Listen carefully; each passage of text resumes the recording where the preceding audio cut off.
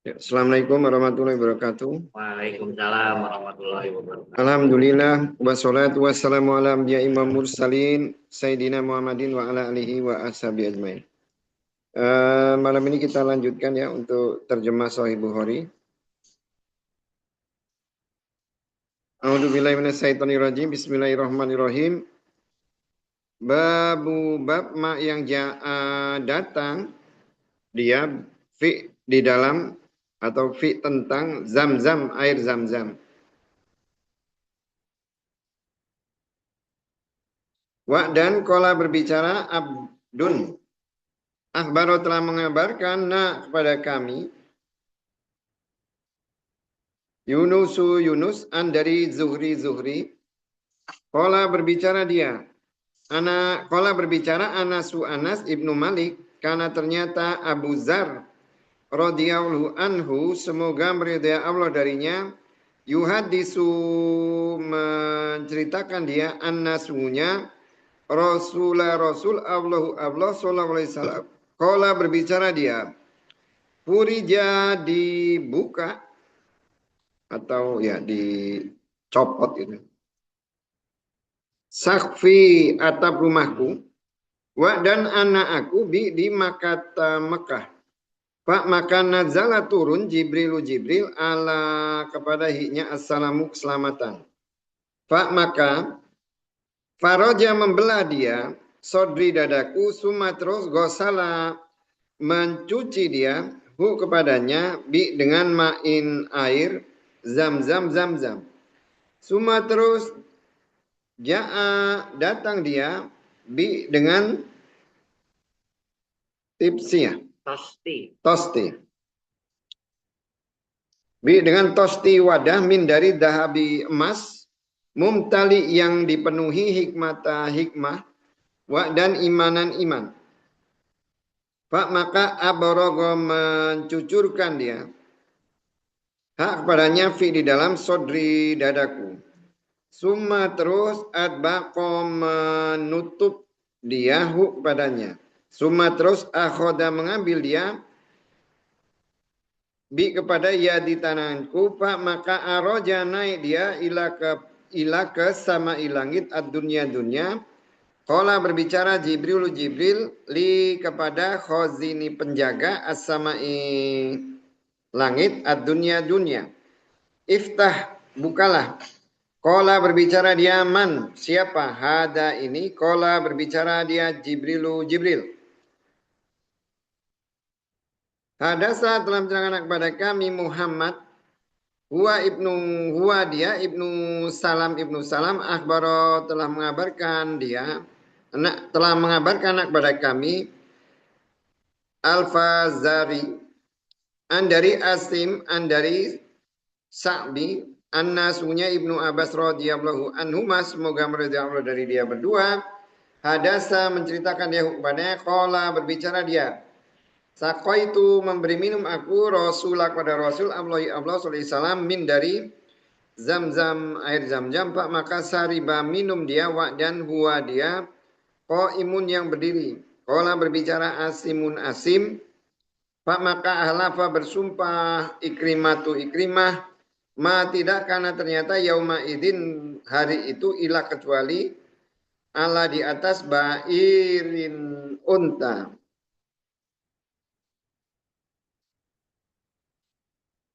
Ini bab tentang air zam-zam.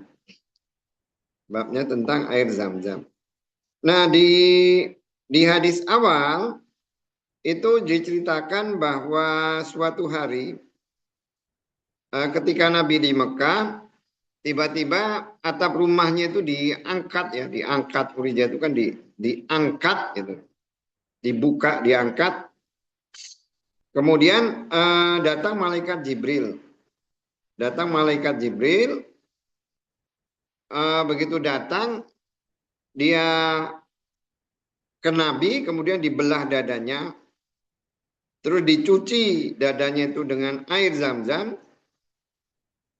terus dia bawa satu wadah, di dalam wadah itu berisi hikmah dan iman ya. Kemudian dikatakan terus setelah dicuci itu dituangkan gitu. dituangkan ke dada Nabi. Terus ditutup dadanya. Habis itu Nabi dibawa ke langit. Ini kan cerita tentang Isra Mi'raj ya. Jadi kalau kita lihat di dalam sejarah itu, Nabi itu 3 kali sebenarnya. 3 kali dadanya itu dibelah oleh malaikat Jibril.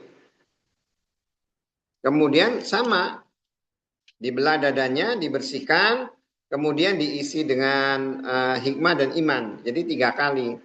Yang pertama itu waktu dia kecil. Waktu dia kecil, ketika dia lagi sedang ini, apa itu namanya, menggembalakan kambing, gitu, menggembalakan kambing. Datang malaikat seorang laki-laki yang datang, kemudian ditangkap Nabi, dibelah dadanya, dan itu dilihat oleh saudaranya, anaknya Halimah ya. Anak yang menyusui dia. Ya, anaknya Halimah Sa'diyah yang menyusui, terus dia lapor ke ibunya, melapor ke ibunya. Gara-gara itu akhirnya Sa'diyah itu gak berani lagi nyusuin Nabi gitu loh. Jadi kan kalau orang Arab itu kan punya kebiasaan kalau mereka itu punya anak itu disusukan kepada orang-orang desa. Disusukan kepada orang-orang desa. Alasan pertama itu kalau dia di desa itu udaranya lebih bagus, lebih segar gitu ya, karena banyak pohon, udaranya lebih segar. Kemudian kalau orang desa itu bahasanya itu masih menggunakan bahasa yang murni, nggak campur itu. Kalau di apa itu namanya, kalau orang kota kan bahasanya kan okem pakai lo, pakai gua gitu kan, nggak pakai saya gitu loh. Makanya itulah alasan kenapa kok Nabi itu disusukan ke Halimah. Sebenarnya waktu apa itu menyusukan gitu loh, waktu menyusukan Halimah itu milih Nabi itu karena sebenarnya nggak punya pilihan gitu. Kan namanya biasanya itu orang-orang perempuan dari desa itu dia akan pergi ke kota ya, pergi ke kota. Jadi mereka tuh yang punya anak itu akan pergi ke kota nyari saudara sesusuan untuk anaknya. Dan saudara sesusuan itu sebelum jahiliyah pun dianggap sebagai saudara gitu loh. Makanya mereka itu akan senang kalau bisa nyari saudara sesusuan yang orang kaya gitu, orang kaya dan orang berpengaruh. Nah, pas dia pergi ke kota, pas lagi dicari saudara sesusuannya, apalagi dia nggak punya ibu gitu kan. Nabi Muhammad nggak punya ibu. Kebetulan eh, yang lahir di situ juga banyak. Gitu. Yang lahir di situ banyak, rata-rata kaya gitu. Abdul Muthalib itu tadinya memang orang kaya, tapi karena uang dia itu habis, yang pertama itu habis untuk ketika dia punya anak Abdullah ya. Dia kan ketika punya anak Abdullah itu kan saking dia ngurus Ka'bah itu dia kan pernah berjanji pokoknya kalau saya sampai punya anak lagi nanti pokoknya saya korbankanlah anak saya untuk Allah gitu loh. Saya jadikan korban gitu. Karena dia pikir saya udah punya anak 9 gitu kan. Sudah punya anak 9. Ternyata begitu lahir Abdullah, bapaknya Nabi Muhammad, wah dia senang benar dia malah kok timbul rasa senang yang luar biasa dengan Abdullah ini. Jadi nggak tega dia untuk memenuhi janjinya kalau punya anak lagi mau disembelih. Akhirnya dia pergi ke dukun. Dan itu kebiasaan orang Quraisy, dukun. Ketika dia ke dukun dia nanya, "Gimana?" Ya, akhirnya dukun itu ngomong berapa dia satu orang laki-laki gitu, satu orang di tempatmu kalau ada itu apa itu diatnya. Ya, ini 10 ekor unta. Diatnya 10 ekor unta. Ya udah kalau gitu kamu buat undian, milih mana yang boleh sembelih. Lempar undian ternyata keluar nama Abdullah. Ya berarti anaknya harus disembelih. Ya berarti setiap dilempar itu dia harus membayar diat 10 ekor unta sampai 10 kali namanya. Seperti yang pernah saya sampaikan. Ini 100 ya, sampai 100 ekor unta baru keluar nama, baru milih yang untanya. Nah, karena itu dia Abdul Muthalib itu jadi agak bangkrut gitu. Terus Abdul Muthalib itu kan dia punya tanggung jawab untuk memberi minum jamaah haji. Karena memang itu salah satu kehormatan ya. Kalau orang Arab itu kan rebutannya kan rebutan gengsi, bukan rebutan harta. Jadi salah satu gengsi yang dimiliki oleh mereka itu adalah dia yang bertanggung jawab untuk memberi minum haji untuk jamaah haji. Nah, tahu sendiri di Mekah air susah zaman dulu. Air susah akhirnya dia yang memberi minum, nyariin air. Nah, jadi di zaman Abdul Muthalib itu tuh apa itu Zam-Zam itu terkubur sebenarnya. Zam-Zam itu posisi itu terkubur. Karena waktu itu kaum ini ya, Bani Huza'ah itu keturunannya nenek moyangnya Abdul Muthalib itu dia diserbu gitu loh, diserbu oleh kaum yang lain. Ketika datang kaum yang lain itu mereka kalah gitu. Begitu mau kalah apa yang mereka lakukan? Ditutup Zam-Zam itu biar nggak ada yang tahu di mana letaknya. Gitu. Biarin situ kalau mau menguasai Mekah kuasailah, tapi nggak ada air situ, tanggung jawab situ kan. Akhirnya udah. Nah pas di zaman Abdul Muthalib itu nanti dia ketika dia suatu malam tuh dia bermimpi gitu ya, dia bermimpi sebelum lahir Abdullah itu dia bermimpi bahwa nanti dia itu disuruh menggali di satu tempat. Nanti begitu dia menggali itu nanti disitulah air Zam-Zam gitu. Ditunjukin dalam mimpi itu. Jadi akhirnya Abdul Muthalib itu menggali tempat itu, keluarlah air Zam-Zam. Keluarlah air Zam-Zam. Jadi air Zam-Zam itu diklaim punya Abdul Muthalib. Tapi orang pada rebutan Quraisy namanya air. Nama air jadi rebutan. Air kok ada di Mekah gitu kan. Nggak ada. Air itu biasanya, air itu datangnya itu dari tempat yang lain. Akhirnya apa? Akhirnya ketika orang-orang itu ribut, saling berselisih gitu loh. Ini yang punya air itu siapa? Akhirnya masing-masing kabilah itu udah kita ngutus, nanya ke dukun. Siapa yang punya? Begitu mereka tuh pergi ke dukun, dukun tuh kebetulan tempatnya jauh di luar kota Mekah. Tiba-tiba mereka tuh ketika lagi di padang pasir, ternaknya itu pada kabur semua. Akhirnya itu nggak ada makanan, nggak ada air. Nah, itu masing-masing itu udah pada siap-siap mati aja lah namanya, nggak ada tempat itu kan ya. Begitu tiba-tiba udah pasrah aja, tiba-tiba Abdul Muthalib itu gali-gali dikit kok keluar air. Akhirnya oh kabilah ya udah kita nggak usah ke dukun. Yang memberi air di tempat seperti ini pasti dia yang ngasih air Zam-Zam ke kamu gitu kan ya. Akhirnya si Koya itu atau memberikan air itu menjadi miliknya Abdul Muthalib. Menjadi miliknya Abdul Muthalib. Nanti dipegang oleh Abbas gitu kan, dipegang oleh Abbas. Nah itu riwayat kenapa Abdul Muthalib itu dia menjadi miskin. Nah ketika Halimah itu datang, dia kan termasuk perempuan yang kurus, miskin, orangnya pucat gitu loh. Jadi orang itu nggak ada yang mau nitipin anaknya itu ke dia. Akhirnya yang berani nitipin itu tinggal sisa cuma Nabi Muhammad. Sisa Nabi Muhammad. Nah kalau umpamanya dia nggak bawa anak, nanti jadi omongan di kampung dia. Nggak laku gitu loh. Akhirnya diambil. Ya udahlah biarin aja lah. Sama suaminya udah kita bawa aja lah mudah-mudahan berkah gitu. Begitu datang Nabi, kok kambingnya itu susunya itu jadi air susunya itu berlipat-lipat tambah banyak gitu sehingga orang-orang itu ketika menggembalakan kambing ayo kita gembalakan kambing kita ke tempat Halimah menggembalakan gitu karena air susunya kok jadi banyak kambingnya jadi gemuk-gemuk tambah subur jadi sebenarnya Halimah itu ketika memelihara itu Nabi itu senang benar sampai tadi tiba-tiba pas dia lagi mengembalakan anaknya itu lihat ada laki-laki datang dibelah dicuci itu di dalam hadis diceritakan seperti itu. Jadi Nabi itu dicuci, dibuka, dicuci hatinya, dicuci hatinya. Hanya masalahnya kan kalau terjemahan bahasa Indonesia ini kan kalau bahasa Arab itu kolbun itu kan jantung gitu kan ya. Kolbun itu kan jantung. Yang dicuci itu kan kolbunya, jantungnya.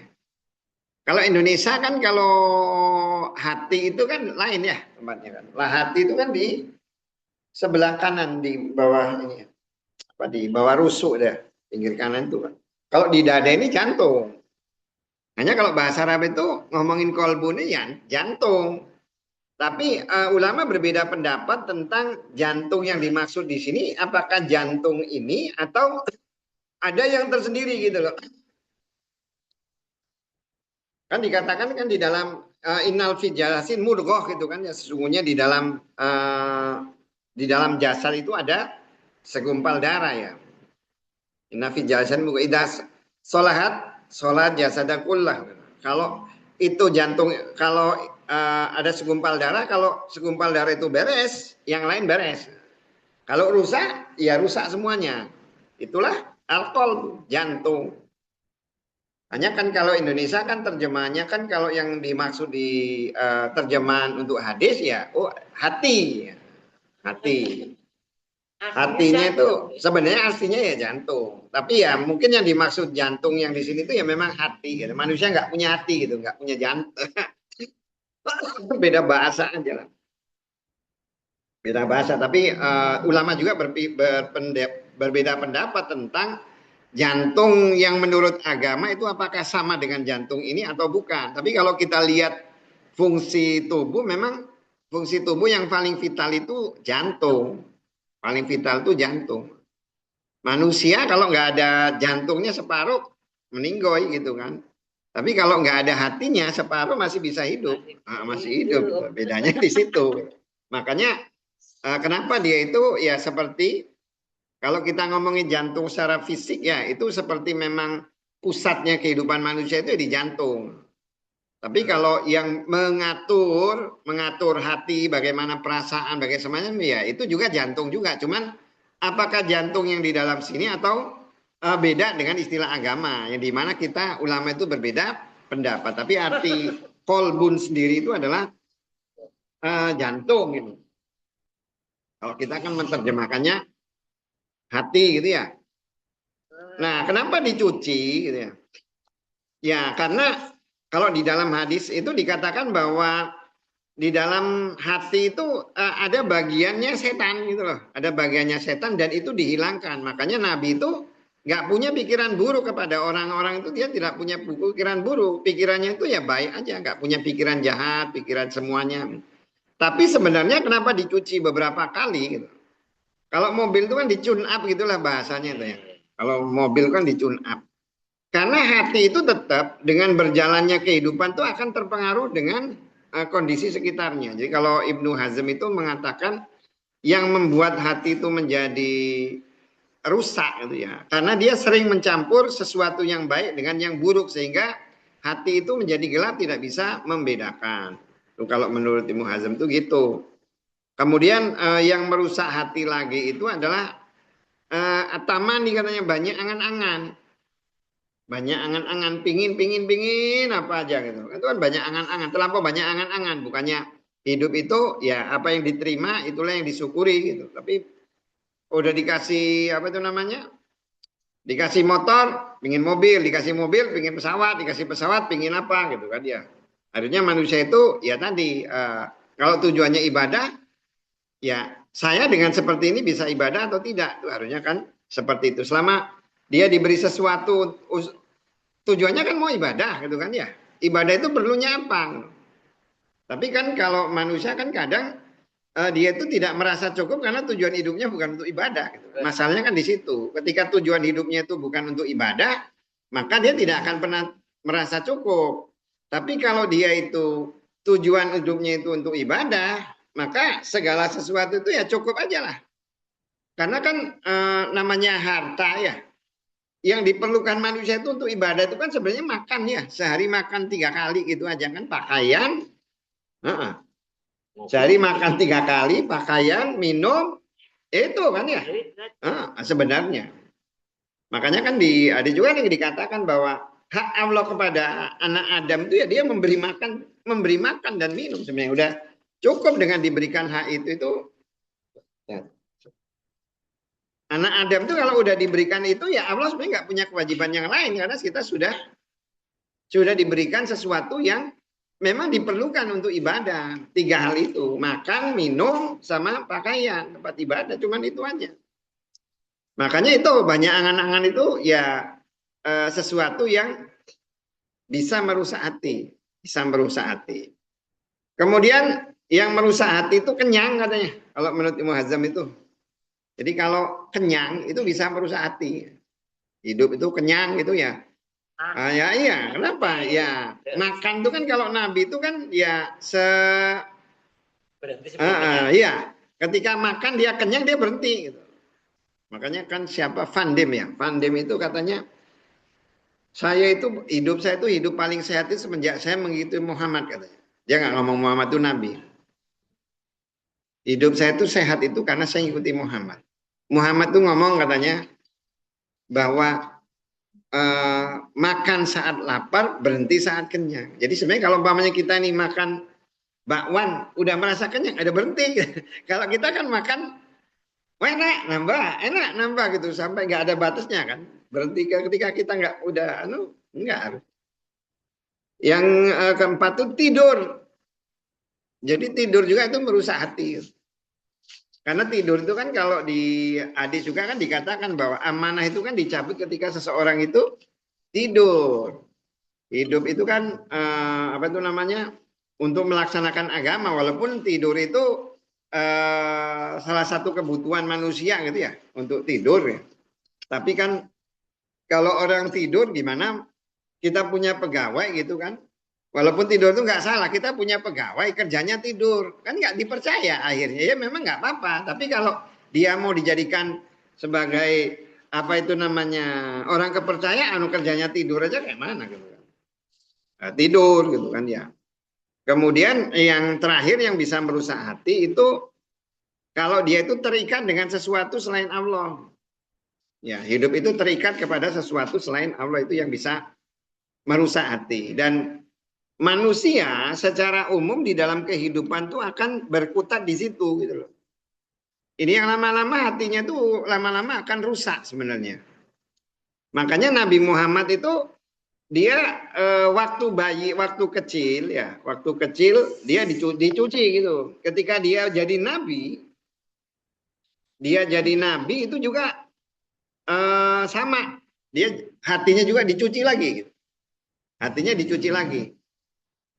Usia 40 tahun ya, 40 tahun. Apa itu namanya? Ketika dia jadi nabi itu kan usia 40 tahun dia. Kemudian dia dicuci lagi itu ketika dia mau hijrah. Sebelum hijrah itu kan peristiwa Isra Mi'raj itu kan di tahun tahun 10 ya, 10.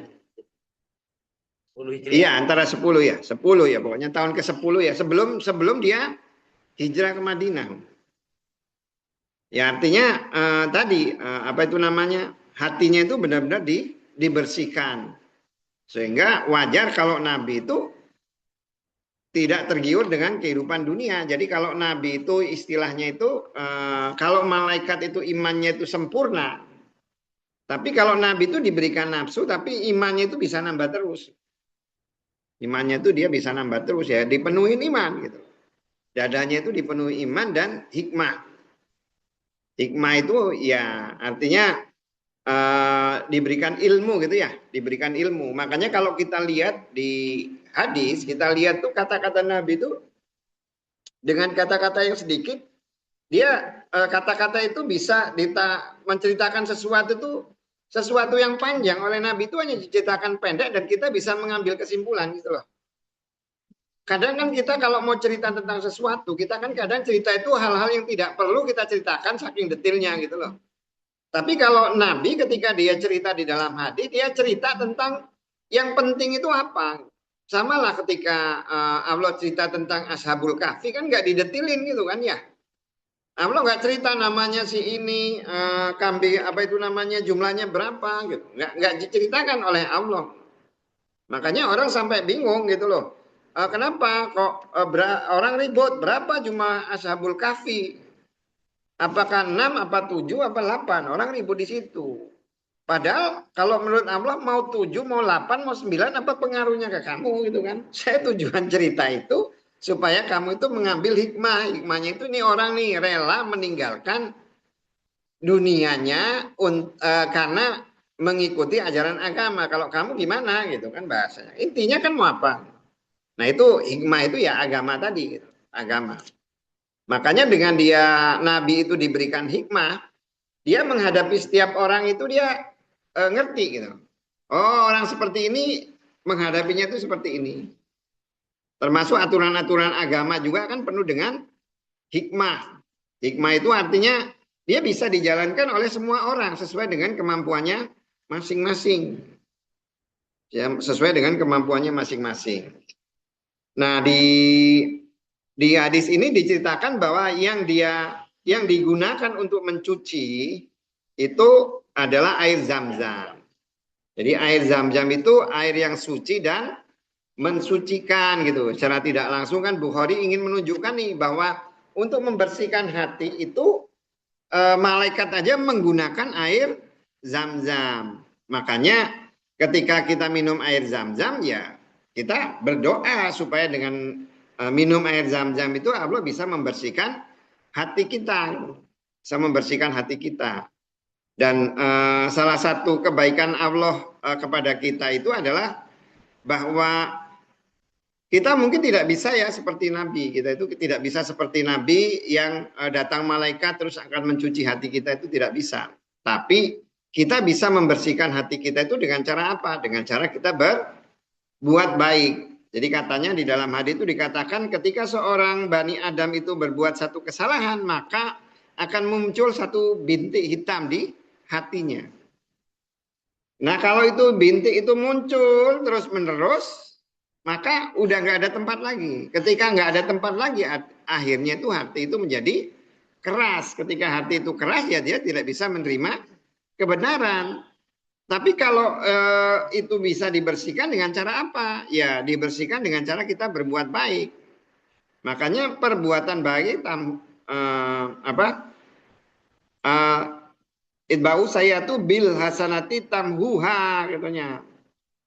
Ikutilah satu perbuatan buruk dengan perbuatan yang baik.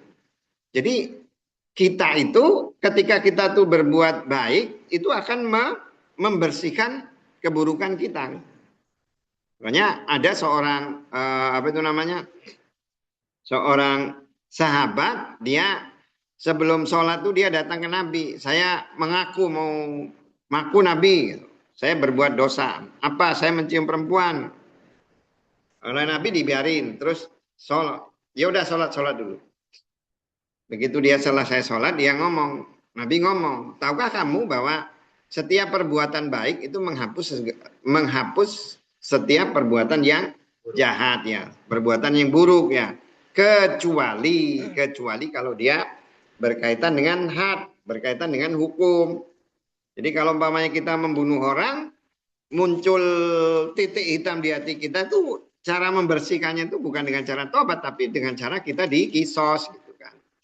Jadi kalau yang perbuatan-perbuatan biasa gitu ya, misalnya kita berkata-kata buruk atau menyakiti orang atau apa, kita ikuti dengan perbuatan baik, insya Allah itu akan menghilangkan keburukan atau noda hitam yang ada di hati kita. Jadi Nabi itu ya wajar kalau Nabi itu rajin ibadah gitu ya, rajin ibadah. Terus dia tidak tergiur dengan kehidupan dunia karena hatinya memang sudah dicuci. Tidak ada bisikan-bisikan setan tuh udah nggak bisa lagi bisik-bisikin yang buruk kepada Nabi itu nggak ada. Kalau kita itu masih gitu loh. Kalau kita kan masih ada, setiap manusia itu kan ada pendamping jin dan pendamping dari jin maksudnya setan dan malaikat gitu kan ya. Malaikat juga akan membersihkan hal yang baik, setan juga akan membersihkan hal-hal yang buruk. Kalau Nabi enggak, udah nggak ada lagi, setan tuh nggak punya bagian pada Nabi. Setelah makanya dan dibuang itu, ketika dia buang ngomong, ditanya kenapa ini dibuang, itu bagian setan yang ada di dirimu, karena maksudnya tempat setan untuk memberikan bisikan-bisikan buruk ya ke manusia. pada Nabi itu sudah dibuang, nggak ada lagi. Nah, kalau kita dengar cerita seperti ini, ya kita harus percaya gitu ya. Kita harus percaya. Kenapa kita harus percaya?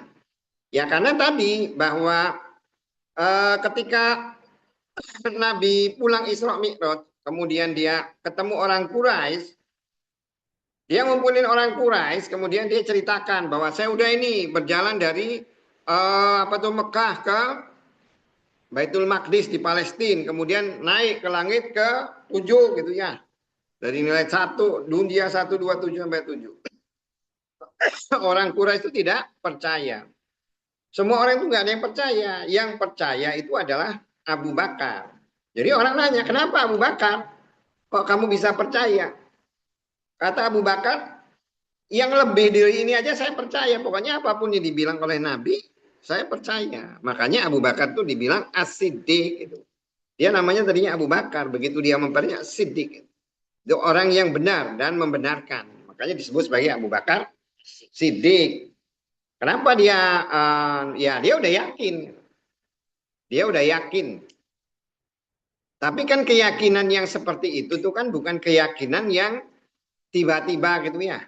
Bukan tiba-tiba. Nggak mungkin lah misalnya nih kalau umpamanya kita tiba-tiba dengan orang apa itu namanya orang di luar Islam terus kita tiba-tiba ngomong Isra Mi'raj, ya orang pasti nggak akan percaya. Orang itu kan kalau cenderungnya manusia itu ketika kita memberitahu sesuatu gitu loh. Jadi misalnya nih, saya sebenarnya udah pernah ke tempatnya Fitra. Terus saya ngomong, Fitra itu nggak tahu kalau saya itu pernah ke tempat dia. Fitra itu tahunya saya nggak tahu. Oh Fitra depan rumahmu ada pohon ini, iya gitu kan ya. Sebelahnya ada ini, iya memang kok iya. Jadi kalau saya 3 kali saya cerita, dia tahu saya nggak ke tempat dia, tapi kok bisa saya tahu. Maka yang keempat itu saya mau ngomong apa aja pasti percaya gitu kan ya. Iya. Iya. Oh udah percaya. Sama. Ketika kita itu udah terbiasa baca hadis Nabi dan hadis Nabi gitu ya. Baca Quran, baca hadis Nabi. Otomatis apapun selama itu dikatakan Nabi ya pasti percaya. Harusnya seperti itu. Tapi kalau makanya kenapa tingkatan iman itu ya ketika kita itu belajar mengajarkan kepada seseorang tentang agama itu nggak langsung nggak bisa semuanya. Kita harus lihat tuh mana levelnya kelas 1, kelas 2, kelas 3, kelas 4, kelas 5. Karena kalau misalnya ini kita itu cerita tentang agama terus levelnya itu terlampau tinggi malah justru akhirnya ditolak malah orang bisa jadi kafir. Sama lah kalau umpamanya kita cerita tentang orang misalnya dia kita nggak pernah sholat gitu kan ya nggak pernah sholat. Kalau orang nggak pernah sholat mau kita ajarin tentang haji mah tambah-tambah nggak anu lah. Cukup aja kalau memang dia nggak sholat cerita bagaimana supaya membuat dia itu bisa sholat. Tapi kalau orang nggak pernah sholat terus kita mau cerita bagaimana tentang rangkaian ibadah haji tambah-tambah ngapain muter-muter Ka'bah tambah-tambah dia nggak percaya gitu. Nah itu di agama itu harusnya seperti itu. Jadi ini keistimewaan air zam-zam yang dipakai oleh malaikat Jibril untuk mensucikan hati Nabi Muhammad ya, hati Nabi Muhammad. Maksudnya jantung Nabi Muhammad. Nah, kemudian di hadis berikutnya itu cerita tentang ketika Nabi Muhammad itu minum air zam-zam, minumnya itu sambil berdiri walaupun asim. Itu bersumpah bahwa Nabi Muhammad itu dia itu tidak pernah berdiri tapi dia di atas duduk tapi di atas unta gitu. Di atas unta.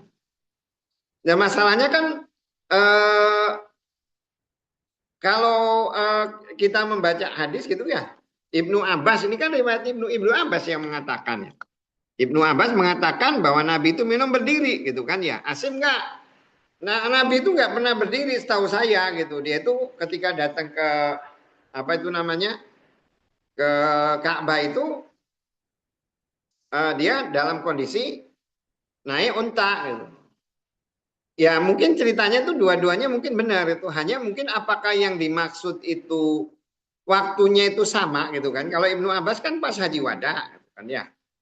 Kalau Nabi itu kan juga pernah umroh juga kan, umroh kodok juga kan pernah gitu. Kita nggak tahu apakah dua cerita yang berbeda ini menunjukkan mana yang benar atau tidak. Tapi intinya di hadis ini Nabi itu minum zam-zam sambil berdiri. Tapi apakah itu menjadi sunnah bahwa minum zam-zam itu sunnahnya berdiri? Ada sebagian yang berpendapat seperti itu. Karena eh, Nabi itu masalahnya minumnya itu berdiri ketika minum zam-zam, air zam-zam. Padahal kalau di hadisnya itu Nabi melarang orang minum sambil berdiri. Tapi kalau orang berpendapat bahwa oh sunnahnya kalau minum air zam-zam berdiri, ya nggak salah. Memang dohirnya hadisnya itu seperti itu. Tapi bagi ulama ro'yi gitu ya, ulama ro'yi seperti Abu Hanifah dia berpendapat bahwa tetap sunnahnya itu minum itu adalah duduk. Berdiri itu lihat gitu loh ketika di dalam satu situasi yang memang nggak ada tempat duduk atau kalau tawaf kan berarti kan apalagi sekarang kan Ka'bah kan pasti penuh gitu kan ya. Ka'bah pasti penuh, nggak mungkin kita mau minum duduk gitu kan ya. Atau kan di Ka'bah juga kan ada tempat-tempat minum itu kan yang disiapin minum yang kita tinggal pencet itu. Yang pencet otomatis itu kan nggak disiapin tempat duduk itu.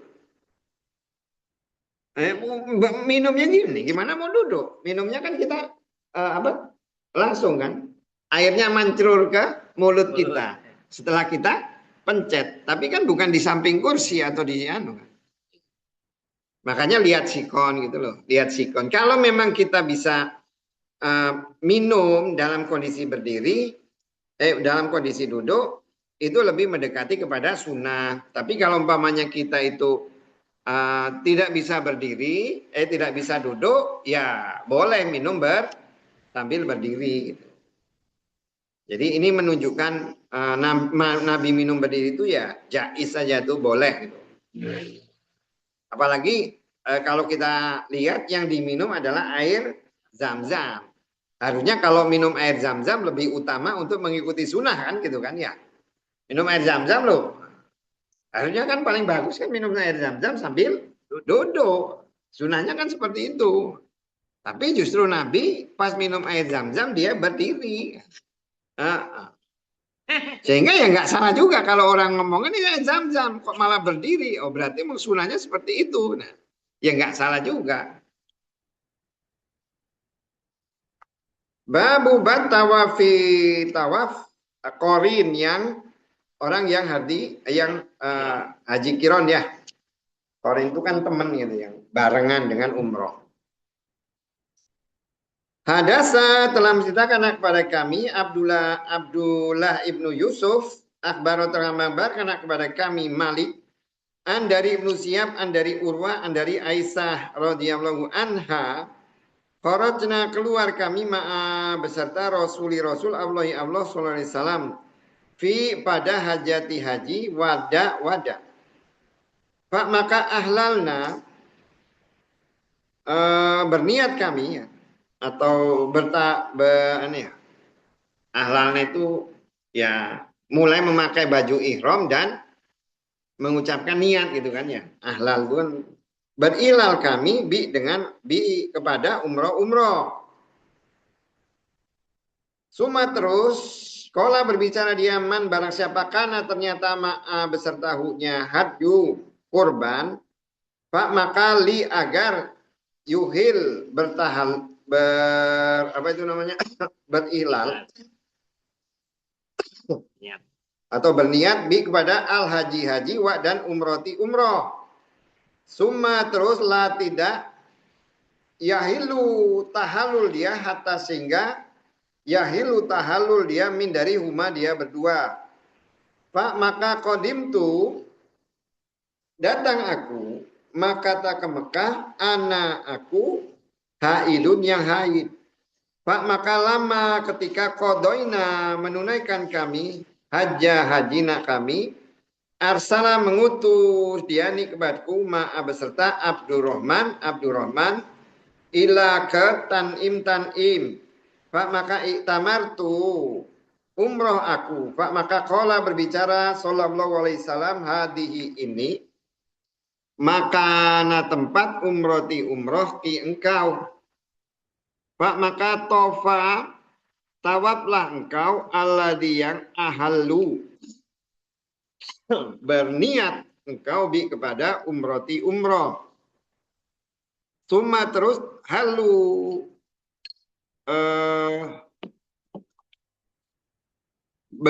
apa itu namanya? Bertahalulah engkau. Suma terus tofu tawab langkau tawafan tawab akhor yang lain. Ba'da setelah bahwa roja'u kembali mereka min dari mina. Wa dan amma adapun alladzina yang jama'u gabungkan dia baina antara al haji wa dan umroh tofu tawaf mereka tawafan tawaf wahidan yang satu.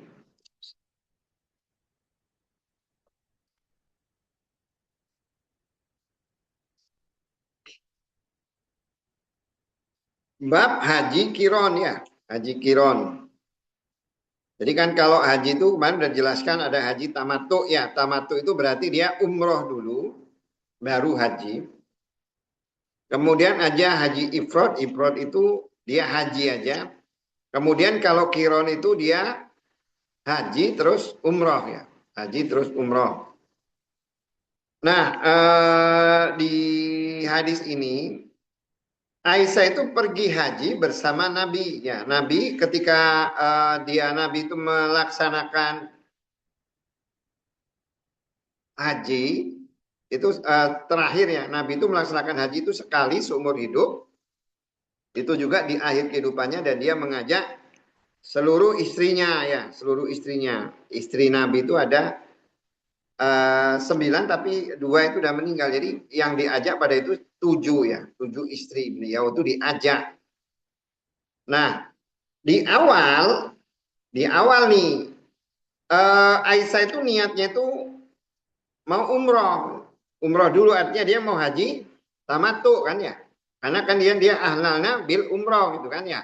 Artinya kan dia mau niat umroh dulu berarti kan dia mau haji tamattu. Tapi terus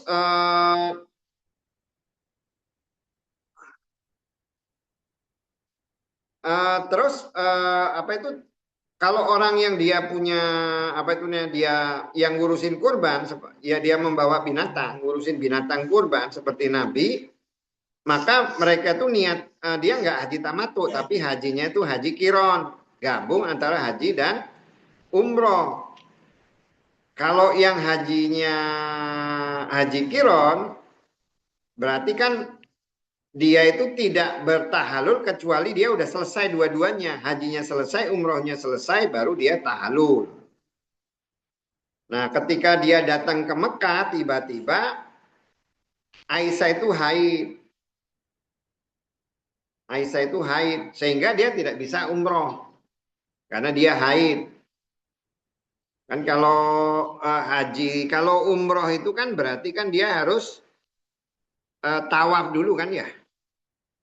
Kan datang itu tawaf, kemudian setelah tawaf kan sa'i, ya udah paling gunting rambut gitu kan ya, terus dia tahallul selesai. Umroh itu cuma itu aja gitu loh. Ketika dia haid kan dia nggak bisa tawaf. Ketika dia haid dia nggak bisa tawaf, artinya dia nggak bisa umroh, tidak bisa umroh. Maka ketika udah selesai haji, Nabi itu mengutus Aisyah supaya dia bisa melaksanakan umroh. Dia ditemani Abdurrahman. Abdurrahman itu saudaranya, adiknya gitu loh. Adiknya tapi lain ibu, sama-sama satu bapak. Nah, dia menyuruh Aisyah itu keluar ya, menyuruh Aisyah itu keluar karena dia udah haji duluan. Ketika dia sudah haji, dia kan mau umroh, dia harus keluar dulu, keluar dari Mekah dulu, pergilah dia ke Tanim ya, Tanim, mikotnya itu jadi Tanim, ya tapi dia bukan bukan balik ke Mikot, tapi dia pokoknya penduduk Mekah ya. Kalau dia mau uh, kalau dia udah di Mekah, dia mau umroh, dia harus keluar dulu ke Tanim. Tapi kan kalau yang seperti kemarin dijelaskan, penduduk Mekah itu tidak ada umroh kan ya, karena dia bukan tamu Allah, dan memang dia yang nyambut tamu Allah. Dari Tanim, terus dia tawaf ya, terus dia tawaf dan dia memakai baju ihram, niat tawaf untuk umroh, terus dia baru tahallul, baru itu setelah itu dia tawaf wada, tawaf terakhir. Setelah dia selesai dari Mina. Kalau orang yang hajinya itu haji kiron, dia itu tawafnya itu cukup sekali aja, cukup sekali. Jadi digabung antara dia haji sama umroh itu tawafnya jadi satu. Tawafnya itu sekali karena dia niatnya umroh, niatnya umroh. Jadi bisa digabung kalau yang ini kan karena dia apa itu namanya ada jeda gitu kan ya. Dia udah selesai haji, dia tadinya mau tamattu tapi dia nggak tadinya tamattu ternyata dia nggak bisa gitu loh. Masalah di Aisyah kan seperti itu. Hadasa telah mencintakan kepada kami Yakub Ibnu Ibrahim, Hadasa telah menceritakan kepada kami Ibnu Ulayya an dari Ayub an dari Nafi an dari Ibnu Umar radhiyallahu anhuma, dakhala masuk Ibnu anaknya Abdullah Ibnu Umar Ibnu Abdullah. Ya, Ibnu Abdillah. Ini anaknya Ibnu Umar. Masuk Ibnu anaknya Ibnu Umar namanya Abdullah. Jadi bapak sama anak namanya sama gitu ya. Iya. Bapak nama anak. Tapi memang kalau kita lihat di hadis itu kalau sama sih orang-orang Arab itu nama itu ya muter-muter di situ lah. Kalau nggak Abdullah, Muhammad, Ibrahim yang gitu aja lah. Indonesia aja banyak gaya namanya itu ya. Sirotol Mustaqim, macam-macam namanya. Kalau sana mah orang nama Fatimah, siapa itu namanya? Maria, ya cuman itu aja lah. Nggak ada yang neko-neko. Itu nyari-nyari bahasa ya, yang biar keren. Wah, dan Zohru itu maksudnya di sini adalah binatang ya, binatang tunggangannya. Zohru itu kan bisa terjemahkan punggung itu, tapi maksudnya kan binatang tunggangannya, binatang tunggangan huknya fi di dari di kampung ya, maksudnya ada di tempat dia. Pak maka kola berbicara dia. Ini sesungguhnya akulah sungguh amin, merasa aman. Kalau yakuna ternyata al-ama tahun ini baina antara an-nasi manusia kitalun perang. Pak maka yasuddu menghalang mereka kepada engkau dari al-baiti Ka'bah. Pak maka kalau akomta berdiri engkau, Pak maka kola berbicara dia kot sungguh khoroja keluar Rasul Allah salam. Pak maka menghalang kufarun orang kafir Quraisyun Quraisy baina antara hunya wa dan baina antara al baiti Ka'bah. Pak maka kalau hila menghalang baini antara aku wa dan baina antara hunya af'al akan berbuat aku seperti mak yang fa'ala telah berbuat Rasul Allah salam. La demikot sungguh kana ternyata la bagikum kalian fi di dalam Rasul Allah uswatun contoh hasanatun yang baik. Suma terus sekolah berbicara ustidu bersaksi aku kum pada kalian ani sesungguhnya aku kot sungguh au jabtu menunaikan aku gitu. Atau mewajibkan ya atau menjawab aku sama menunaikan aku ma'a beserta umrohku hajan haji. Kola berbicara dia Suma terus kodima datang dia maka tawaf dia lah kepada huma dia berdua tawaf wahidan yang satu ya. Tawafan yang satu.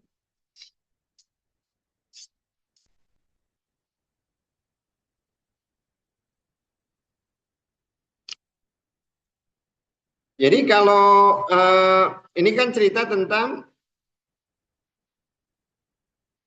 Ibnu Umar ya, yang meriwayatkan itu dia menceritakan tentang bapaknya Ibnu Umar. Dia cerita tentang bapaknya yang ketika di zaman ini ya, Khalifah Marwan. Khalifah Marwan. Khalifah Marwan itu kan waktu itu Abdullah bin Zubair itu kan jadi khalifah. Abdullah bin Zubair itu jadi khalifah, kemudian Marwan juga ngaku juga khalifah. Akhirnya kan terjadi perang itu loh.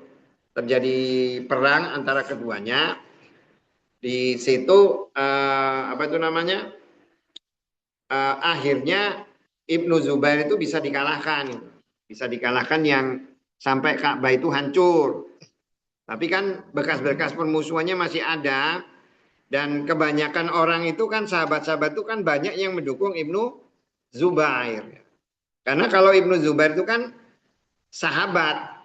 Kalau Hajjaj ini kan bukan ya, bukan sahabat. Termasuk Marwan juga bukan sahabat. Gitu ya.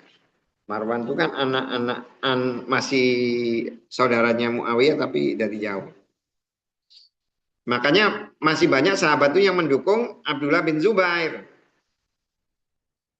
Bahkan kalau cerita tentang khalifah yang memang resmi dibaiat dan dipilih orang Islam itu, ya yang pertama itu adalah Abu Bakar, kedua Umar, ketiga Utsman, keempat Ali ya. Kemudian Hasan ya, Hasan tuh masuk dia tuh. Sebenarnya Hasan itu dia diangkat jadi khalifah, orang semuanya sepakat. Hanya Hasan tuh setelah itu dia menyerahkan diri kepada Muawiyah. Muawiyah itu termasuk masuk khalifah. Ketika Muawiyah itu meninggal, dia menunjuk anaknya Yazid. Tiba-tiba Yazid itu dalam 1 tahun meninggal. Gak jelas siapa yang ditunjuk, gak jelas. Tiba-tiba Abdullah bin Zubair itu mengangkat diri sebagai khalifah. Makanya dan semua orang bayar dia semuanya. Maka dia termasuk yang khalifah yang resmi lah bahasanya kan. Kalau Marwan ini dia ngerebut dia, bukan diangkat tapi dia ngerebut. Baru setelah berikutnya kan diwariskan. Contohnya itu. Nah, ketika itu masih pada masa itu, ketika Hajjaj itu berkuasa, Hajjaj As-Saqafi ini kan termasuk orang yang kerjanya itu membunuhin ulama gitu. Jadi orang-orang sahabat-sahabat yang dia bermusuhan dengan apa itu namanya memusuhi Marwan itu ya dibunuh semuanya.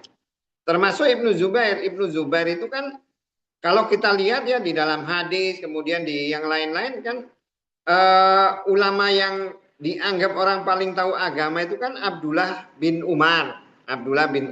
Kemudian Abdullah bin Abi Waqqas. Kemudian Abdullah bin Zubair, ada Abdullah bin Tolha. Kemudian ada Abdullah bin Abbas yang disebut sebagai Ibnu Abbas. Jadi 5 manusia ini agama itu ya asal yang satu udah ngomong itu udah itulah agama gitu. Itulah agama. Jadi nah mereka itu semuanya itu ya bermusuhan gitu loh dengan Hajjaj itu bermusuhan karena Hajjaj ini nggak ngerti agama. Termasuk Abdullah bin Zubair itu kan ketika dia kalah itu sampai digantung gitu loh. Jasadnya itu nggak dimakamkan digantung. Terus didatengin ibunya tuh kamu, anakmu kerjanya ngelawan. Ya kata ibunya kan Asma ya, Asma istrinya Zubair itu sampai ngomong. Ya dia itu katanya dia dari semenjak kecil itu dia tidak pernah berhenti berjuang untuk agama. Mati pun tubuhnya masih berjuang untuk agama. Ya karena dia digantung berdiri nggak dikubur gitu. Dan dia nggak mau ngemis supaya diturunkan, tapi akhirnya dia Hajat tuh ngalah gara-gara ibunya ngomong seperti itu, baru jenazahnya itu diturunkan setelah 3 hari gantung. Setelah 3 hari digantung. Dan itu orang yang dijamin masuk surga. Abdullah bin Zubair itu orang yang dijamin masuk surga. Dan dijaminnya itu bukan waktu dia gede. Dijamin masuk surga itu waktu dia kecil ya. Karena waktu dia kecil itu Nabi itu lagi bekam. Ketika dia bekam kan oleh Nabi itu darahnya ditampung. Ketika darahnya ditampung, nah Abdullah bin Zubair itu kan ngikut Aisyah. Ngikut Aisyah, namanya anaknya ini, anak kakaknya, Asma. Ngikut Aisyah, ya diamnya di rumah Nabi, buang. Buang di mana dibuang? Di tempat yang nggak kelihatan orang. Begitu dia pergi, datanglah Abu Hurairah. Datang Abu Hurairah ketemu, kok lihat Ibnu Zubair itu ini mulutnya berdarah. Ya, habis itu dia masuk ke Nabi. Kemudian dia masuklah Ibnu Zubair ngomong, udah dibuang, udah. Kemana? Ke tempat yang tidak dilihat orang. Kata Abu Hurairah, diminum ya Rasul. Oh, kamu bakal menyakiti manusia dan manusia itu bakal menyakiti kamu. Tapi kamu tidak akan tersentuh oleh api neraka. Kecuali sumpah sekedar Allah. Karena Allah itu bersumpah wakulukum saufa wariduha. Dan kalian tuh semua tuh pasti akan menyeberang di atas. Tidak ada manusia yang tidak menyeberang di atas neraka jahanam. Artinya tetap kena api gitu loh. Ya hanya formalitas aja sebenarnya untuk Ibnu Zubair. Artinya udah dijamin waktu kecil udah dijamin masuk surga. Iya. Nah, di tahun itu Ibnu Umar itu ingin pergi haji. Ketika dia ingin pergi haji, diingetin sama orang-orang. Ngapain zaman kayak gini kalau kamu mau pergi haji sama umroh, nanti kamu malah ikut ditangkap, ada apa-apa. Udah. Akhirnya kata Ibnu Umar, ya saya udah kena kewajiban harus melaksanakan itu. Ya kan beranggapan bahwa ya kalau selama kita itu mampu pergi haji dan umroh ya kenapa nggak setiap tahun ya pergi terus gitu kan ya. Walaupun dalam keadaan sulit seperti itu nggak apa-apa. Udah, saya udah niat mau pergi dan saya harus laksanakan. Ya kalau kamu dihalang, Nabi pernah juga dihalangi orang Quraisy ketika Nabi itu mau melaksanakan umroh kan, yang ujungnya itu Utsman ditangkap. Nah, dia ngomong, Nabi aja dulu dihalang, tapi ketika saya dihalang, saya akan berbuat seperti yang dilakukan oleh Nabi. Dia ingat firman Allah, laqad kana lakum fi Rasulillahi uswatin hasanah gitu kan. Jadi ya contohnya Nabi. Jadi dia Nabi itu ketika ingin melaksanakan sesuatu yang memang disuruh oleh agama, ngapain takut? Ngapain takut?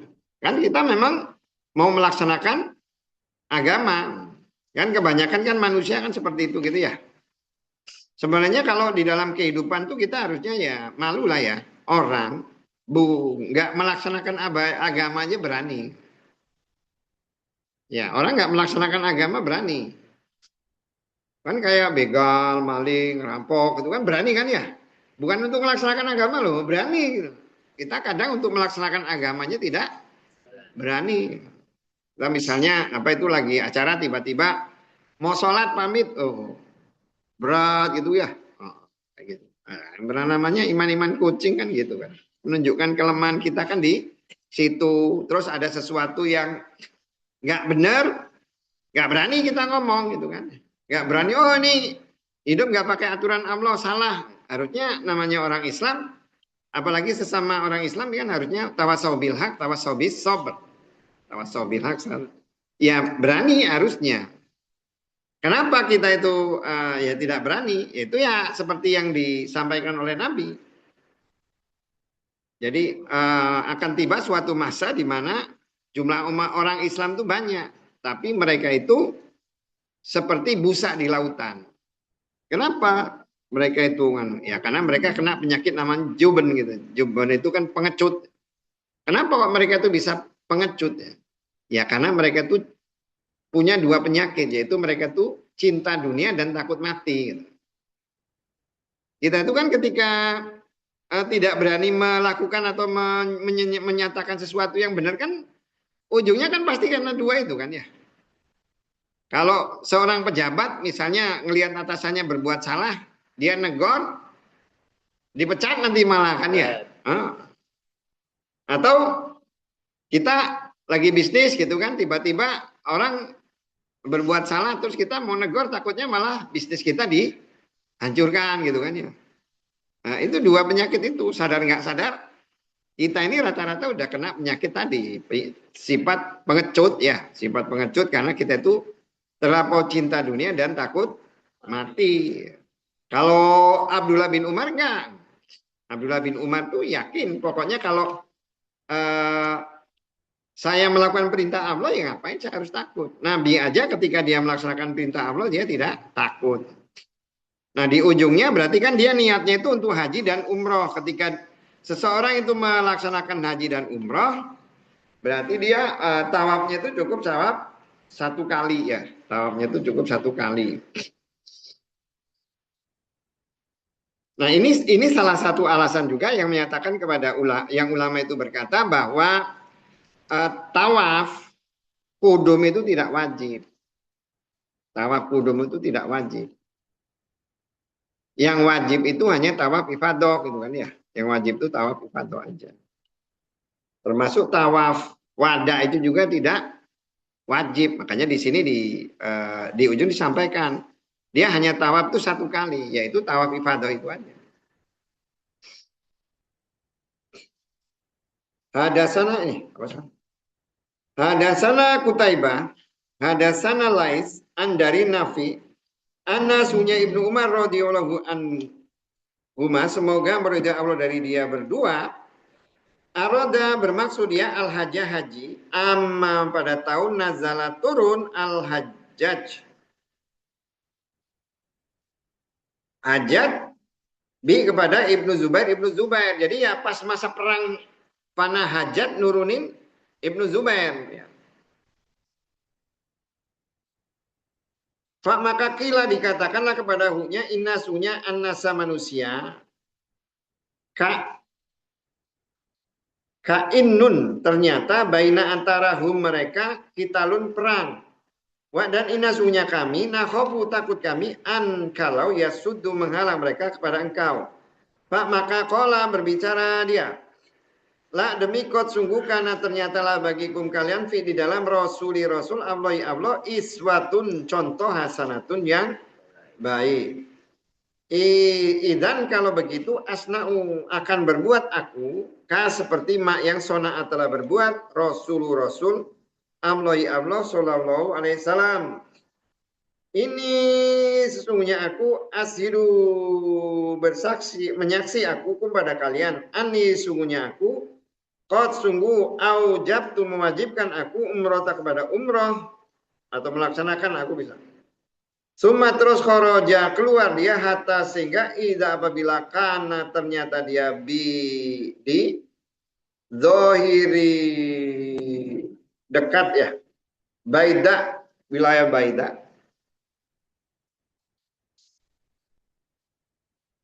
Qala berbicara dia apa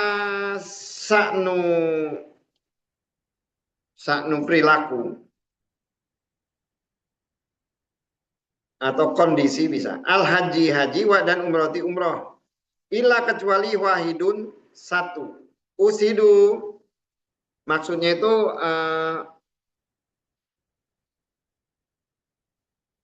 saknu haji itu maksudnya kan rangkaian ibadah haji sama umroh itu sama sebenarnya. Yang beda itu cuman kalau haji ada Arafah aja kan ya cuman itu aja maksudnya. Maksudnya haji sama umrah itu sama. Ila kecuali waidun satu. Usidu bersaksi aku, anisunya aku, kot sungguh. Aujabtu mewajibkan aku, hajan haji ma'a beserta umroti umroh. Pak maka ahda menyiapkan korban dia, hadian korban, istaro membeli dia padanya di Kudaik dan lam tidak yazid menambah dia alak pada zalika itu. Maka lam tidak yanhar berkorban dia atau memotong menyembelih korban dia dan lam tidak yahilu tahalul dia min dari sayin sesuatu haruman yang haram min darunya wa dan lam tidak yahlik mencukur rambut ya wa dan lam tidak yukosir motong sedikit ya kan bisa pilihannya tuh gundul atau memotong sedikit sama itu hatta sehingga karena ternyata yaumu di hari an-nahri nahar Pak maka naharo berkorban dia wa dan halako mencukur rambut dia wa dan ro'a melihat dia bahwa kot sungguh kodo telah menunaikan dia tawaf al haji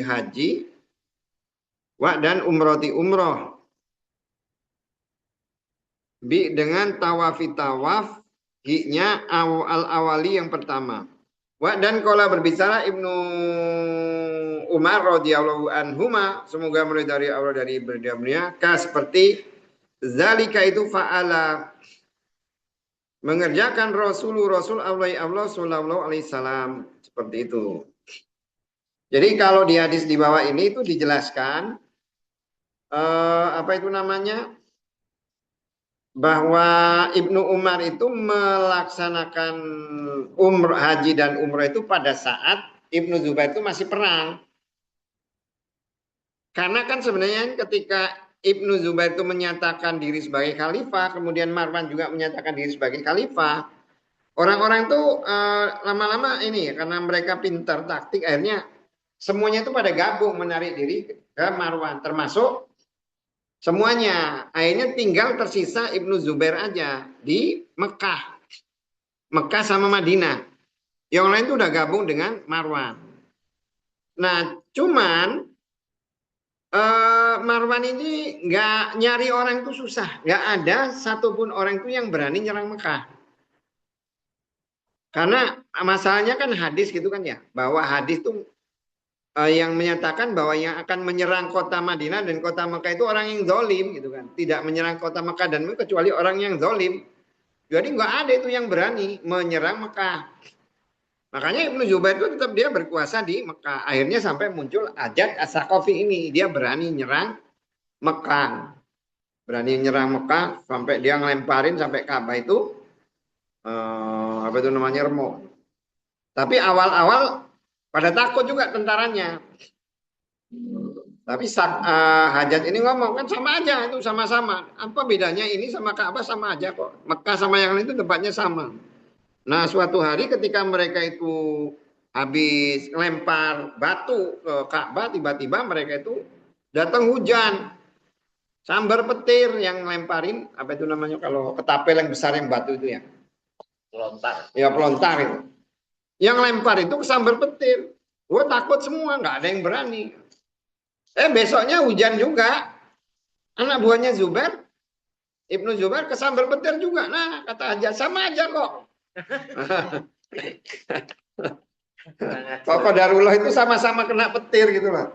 Orang udah takut, padahal sama, jadi nggak takut. Oh ternyata sama aja. Tadinya kan ketika itu disambar petir tuh apa? Kita berani nyerang Mekah makanya kena sambar petir. Tahunya besok yang kesambar anak buahnya Zubair. Ya sudah, akhirnya berani mereka nyerang. Nah di waktu itulah Ibnu Abbas, apa itu Ibnu Umar tawaf ya. Tawaf, alasan dia tadi bahwa sungguh ada contoh yang baik pada Rasulullah. Sebenarnya kita ini karena nyebut Rasulullah itu ya apa itu namanya yang bikin kita itu jadi biasa dengan Nabi.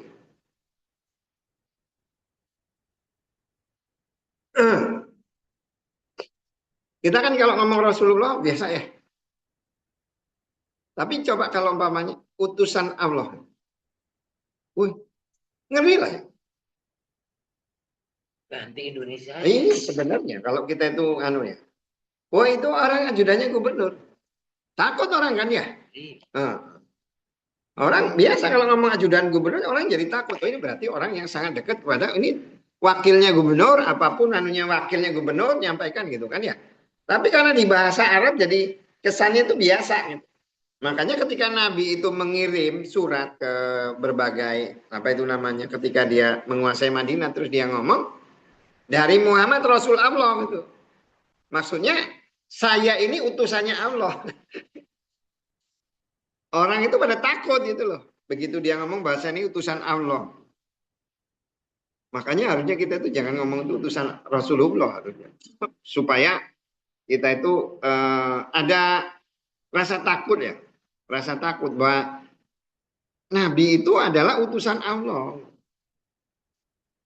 Nabi Rasulullah tapi maksudnya utusan Allah. Jadi dia itu wakilnya Allah gitu loh.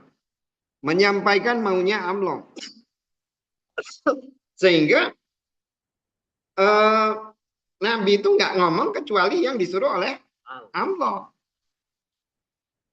Jadi agama ini sebenarnya yang dilakukan oleh Nabi, apapun yang dilakukan oleh Nabi itu ya karena perintah Allah.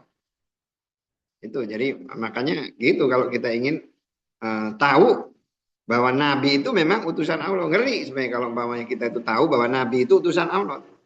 Cuman kalau Nabi Rasulullah biasa-biasa aja.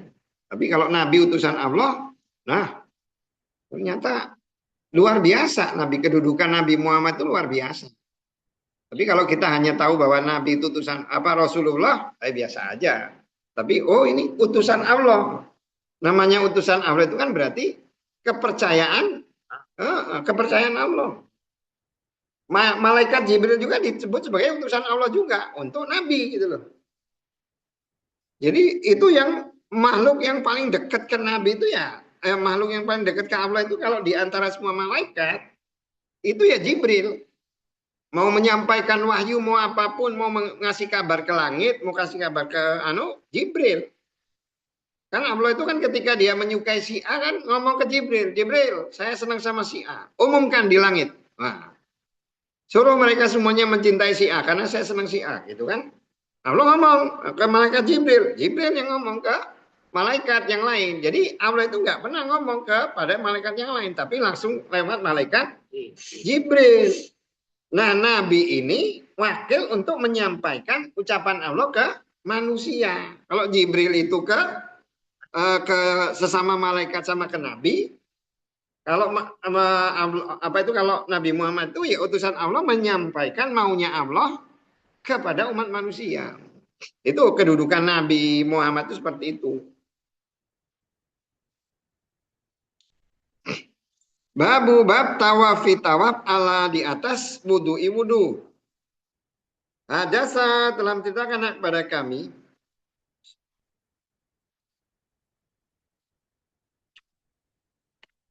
Benar, hadis. Udah.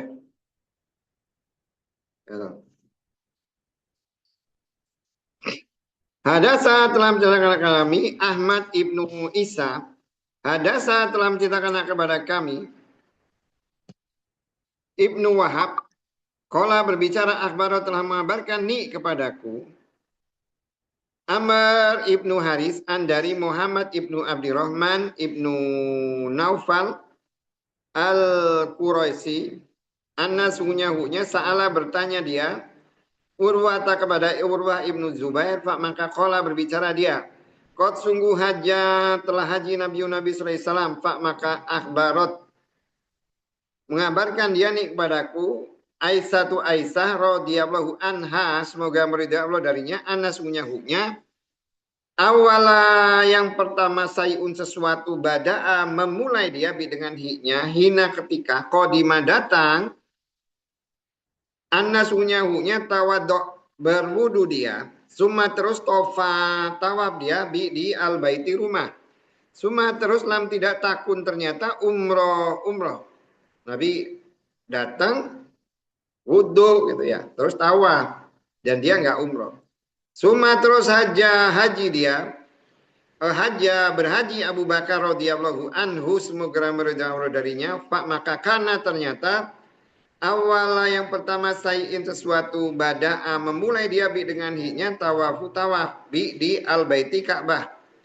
Suma terus lam tidak takun ternyata umroh. Suma terus Umar radhiyallahu anhu semoga meridai Allah darinya mislu sebangsa zalika itu. Suma terus pergi haji Utsman radhiyallahu anhu semoga meridai Allah darinya maka ra'aitu melihat aku padanya awala yang pertama sayun sesuatu bada'a memulai dia bi dengan hiknya tawafa bi di al baiti Ka'bah. Suma terus lam tidak takun ternyata umroh tak umroh. Suma terus Muawiyah wa dan Ibdullah ibnu Umar. Suma terus saja tu haji aku maaf serta abi bapakku Zubair ibnu Awam. Ini kan berarti yang cerita Abdullah bin Zubair. Pak maka karena ternyata awala yang pertama sayin sesuatu bada'a memulai dengan bi dengan hi. Bada'a memulai dia bi dengan hiknya tawafu tawaf bi di al baiti rumah. Suma terus lam tidak takun ternyata umroh tu umroh. Suma terus ro'a itu melihat aku muhajirina orang muhajirin wa dan al ansor orang ansor aluna mengerjakan mereka zalika itu. Suma terus lam tidak takun ternyata umroh tu umroh. Suma terus akhiru yang terakhir mak yang ro'a itu melihat aku fa'ala mengerjakan zalika itu Ibnu Umar. Suma terus lam tidak yang kut menunaikan dia hak padanya umroh tak umroh.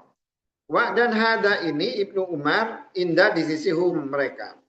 Pak makalah tidak yas'aluna bertanya mereka padanya. Wa dan la tidak ahadun seseorang min dari man yang mado telah lewat. Maksudnya orang yang lampau. Ma tidak kanu ternyata mereka yabda'una memulai mereka bi dengan sayin sesuatu hatta sehingga yasna'u mengerjakan mereka akdama kaki-kaki mereka min dari tawafi tawaf di al baiti Ka'bah. Summa terus lam tidak yahiluna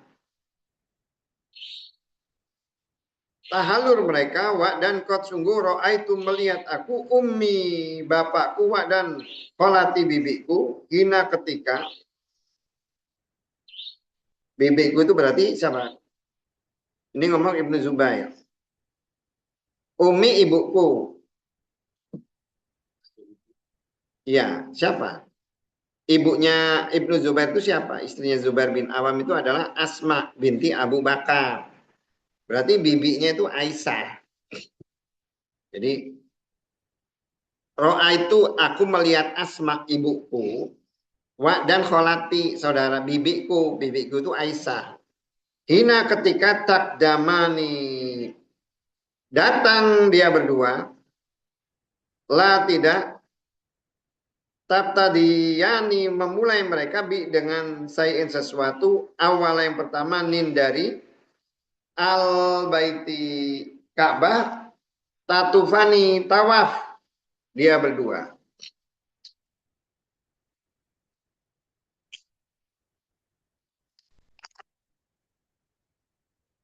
Bi pada hiknya suma teruslah tidak tahilani tahalul mereka wa dan kot sungguh akhbarot telah mengabarkan nih kepadaku ummi ibuku anasunya haknya ahalat berniat haji atau umroh gitu. Iya dia wa dan ukhtu saudara perempuan haknya maksudnya Aisyah wa dan Zubair wa dan fulan bi dengan umroh. Pak maka lam tidak masahu menyentuh mereka rukna rukun tahalul mereka. Lama ketika masahu menyentuh rukna rukun tahalul mereka. Bertahalul.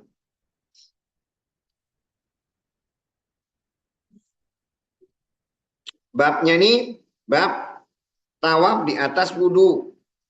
Atau maksudnya bab itu wudu itu ya. Seakan-akan Bukhari itu menyimpulkan bahwa tawaf itu harus wudu ya. Seakan-akan Bukhari itu menyimpulkan seperti itu. Tapi kemarin sudah dijelaskan bahwa yang lebih utama memang kalau kita melihat hadis tawaf itu utamanya itu adalah berwudu ya. Utamanya itu berwudu. Tapi kalau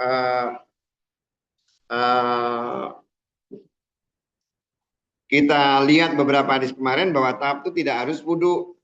tidak harus berwudu. Makanya ketika seseorang itu batal dari tawaf, dia lanjut aja tawafnya gitu. Nggak harus dia wudu terus balik. Kalau umpamanya memang tawaf itu dia harus suci kan berarti dia harus ngulang dari yang pertama. Sedangkan atau seperti ulama itu mengatakan ketika seseorang itu dia dihentikan oleh sesuatu tawafnya, dia lanjut di mana dia dihentikan. Jadi misalnya nih ketika kita lagi tawaf, tiba-tiba datang waktu sholat, azan, adang sholat gitu ya. Ya berarti kita harus berhenti. Ketika kita sholatnya berhenti di putaran kelima, ya udah kita mulai lagi di putaran kelima. Jadi nggak harus ulang dari depan. Nah di hadis ini itu cerita tentang Urwah ibn Jubair. Dia melihat Nabi SAW ya. Dia menyatakan bahwa Aisyah ngomong ketika pertama kali Nabi datang ke Mekah untuk melaksanakan haji, pertama kali yang dia lakukan itu adalah wudhu. Berwudhu kemudian dia tawaf. Tapi dia tidak umroh. Dia tawaf, tapi tawafnya itu niatnya untuk haji. Jadi mereka itu tidak melakukan tamattu. Itu juga yang dilakukan oleh Abu Bakar. Abu Bakar itu tidak melakukan haji tamattu. Dan seperti Abu Bakar, Umar, Utsman, termasuk juga Ali, mereka tuh ada orang-orang yang beranggapan bahwa yang paling bagus tuh haji itu yang menurut ngikutin Nabi gitu. Padahal kalau kita lihat di hadisnya itu Nabi ngomong kalaulah saya itu nggak ngurusin binatang korban, saya pasti akan tamattu.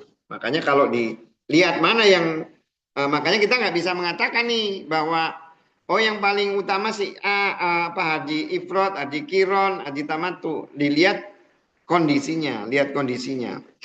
Ketika orang dia belum pernah umroh, ya dia paling bagus adalah dia tamattu.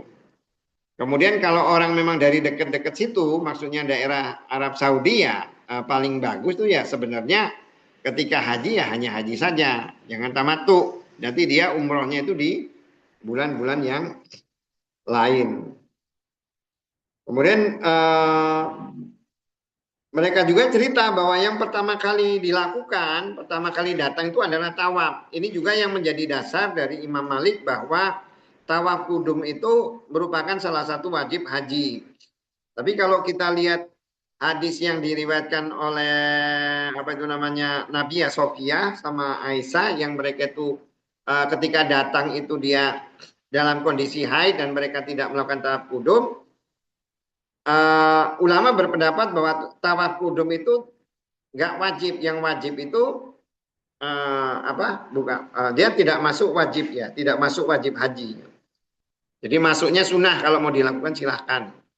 Yang tawaf ibadah itu dia masuk rukun.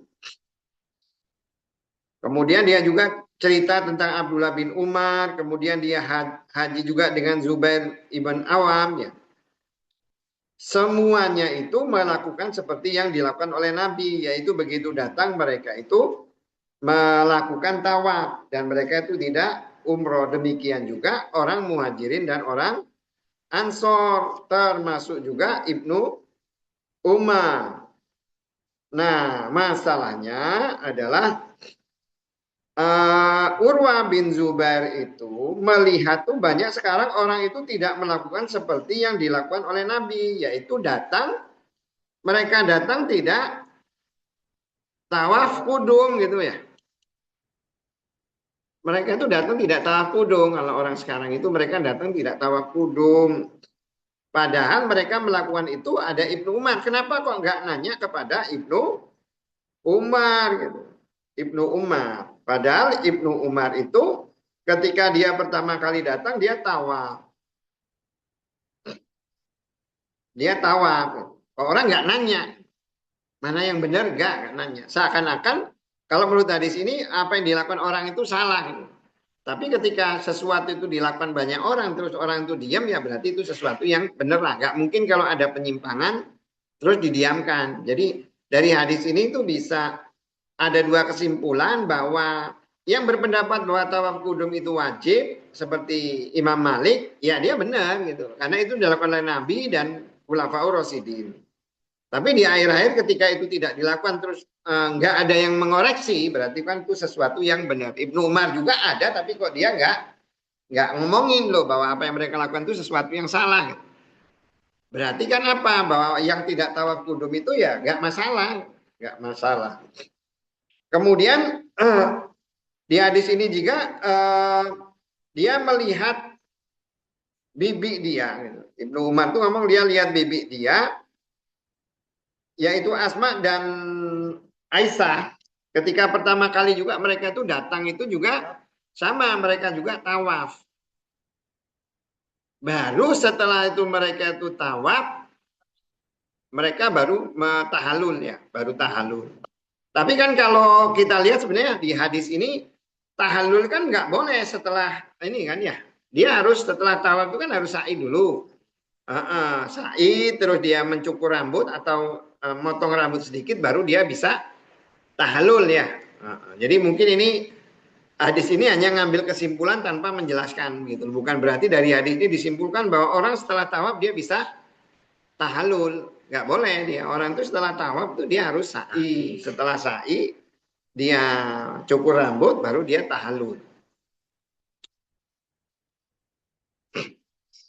Babu jubi wajibnya sofa wa dan marwata marwah wa dan ju'ila dijadikan dia min dari syairi syiar Allahi Allah. Syiar itu kan sesuatu yang disyariatkan ya, sesuatu yang disyariatkan itu syiar.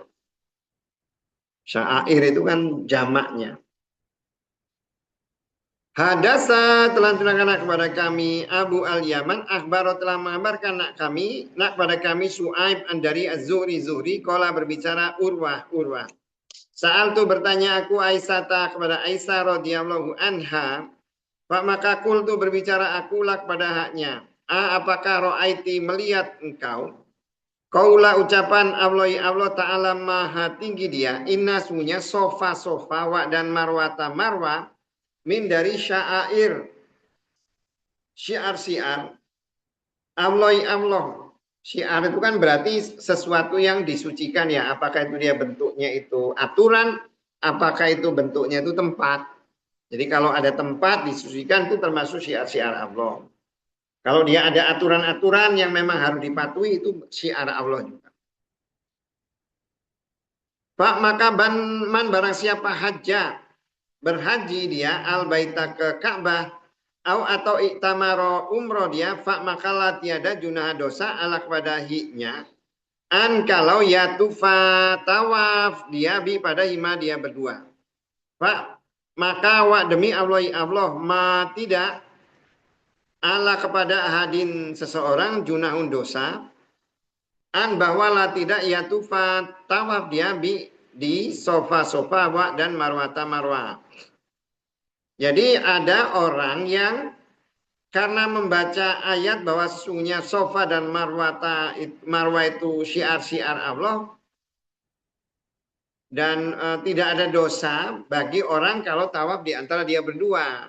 Orang menyimpulkan bahwa hukum tawaf itu jadi nggak harus ketika orang itu datang itu setelah tawaf dia sa'i itu tidak harus gitu. Boleh atau menurut orang itu gitu. Setelah orang-orang setelah melihat Al-Qur'an menyimpulkan seperti itu kesimpulannya. Akhirnya ngomong tuh Aisyah. Kholat berbicara. Siapa yang ngomong? Aisyah. Aisyah ngomong. Bisa jelek sekali mak yang kulta. Jelek sekali yang kamu omongkan, maksudnya salah gitu maksudnya. Ya wahai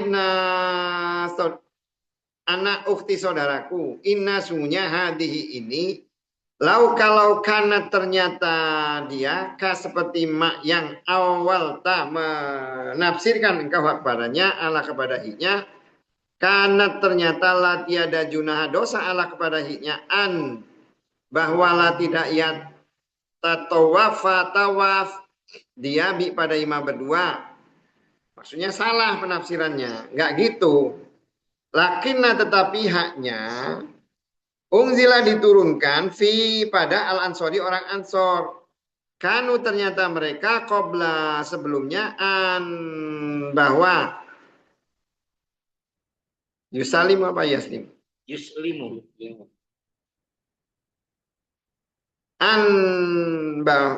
Bahwa yuslimu masuk Islam mereka.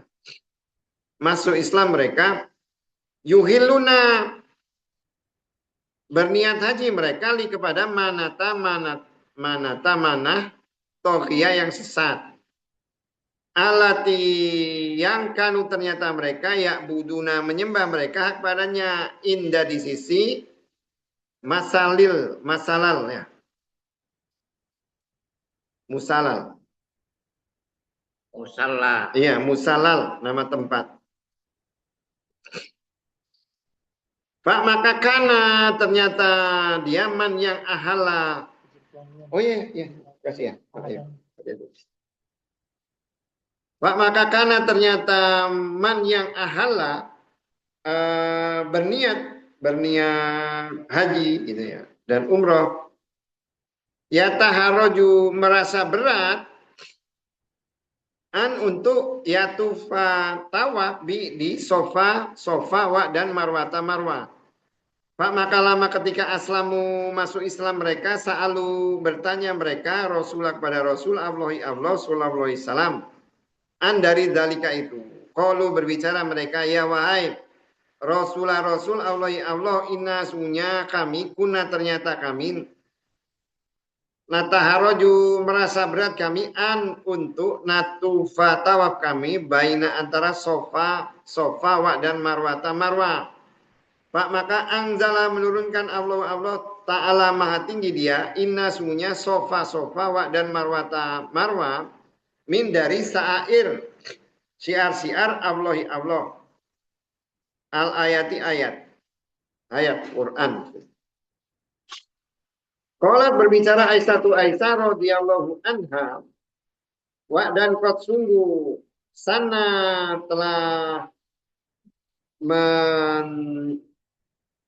merintis atau memberi contoh Rasulullah SAW tawaf baina antara umat dia berdua. Pak maka laisa tiadali bagi adin seseorang untuk ia teruka meninggalkan dia tawaf baina antara umat dia berdua. Suma terus akbar tu mengabarkan aku Abu Bakar ibnu Abdurrahman, maka qala berbicara dia, inna sungguhnya hada ini la sungguh al ilmu ma tidak apa itu? Kuntu mendengar ternyata aku sami itu mendengar aku. Dan la demikot sungguh sami itu mendengar aku rijalan kepada laki-laki min dari ahlul ilmi yadkuruna menyebutkan mereka annasa manusia illa kecuali man yang zakarot telah menyebutkan Aisyah min dari man yang karena ternyata dia yuhillu berniat haji dan umroh kepada manata kanu ternyata mereka yatufuna tawaf mereka kullu semuanya mereka di sofa wa dan marwata marwah. Pak maka lama ketika zakaro menyebutkan Allah Ta'ala maha tinggi dia tawaf di al-baiti Ka'bah wa dan lam tidak yadkuru menyebutkan dia sofa wa dan marwata marwah di dalam Al-Quran qalu berbicara mereka ya wahai Rasul Allah kuna ternyata kami natufu tawaf kami di sofa wa dan marwata marwah. Wa dan in kalau Allah andala telah menurun.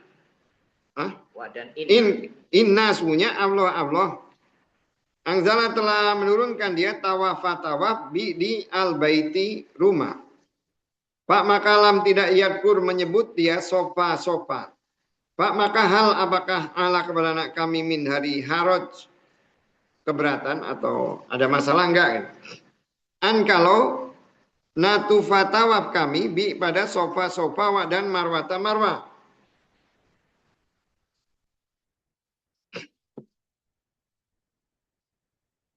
Pak maka anzala telah menurunkan Allah Ta'ala maha tinggi dia. Inna sunya sofa wa dan marwata marwa min dari syair siar Allah. Kala berbicara Abu Bakar, Pak maka asma'u mendengar aku hadihi ini ayat nazalat turun. Pada farikoini dua golongan, kiladu duanya hima dia berdua, di dalam aladina yang kanu ternyata mereka yataharrojuna merasa berat mereka untuk yatufu tawaf mereka pada jahiliyati masa jahiliyah pada sofa wa dan marwata marwah wa dan aladina yang yatufuna tawaf mereka suma terus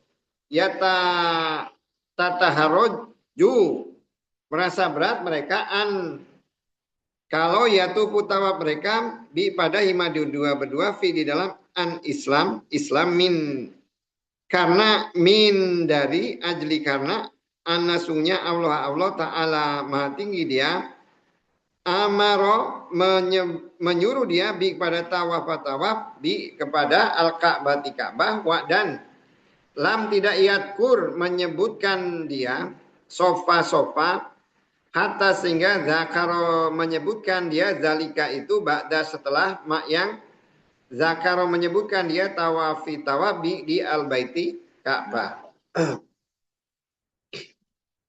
Babnya itu bab wajibnya tawaf antara Sofa dan Marwah yang sudah dijadikan syiar Allah.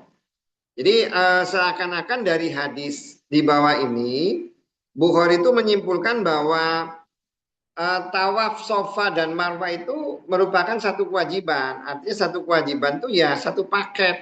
Satu paket tawaf di Ka'bah dilanjutkan dengan Sofa dan Marwah itu satu paket. Tapi ingat satu paketnya itu ketika dia pergi haji atau umroh, melaksanakan haji atau umroh. Jadi kalau orang yang dia tidak orang tawaf tapi tidak ada rangkaian ibadah haji atau umroh yang dia cuman kunjungan biasa dan dia tawaf biasa, dia tidak boleh dia ini apa itu namanya?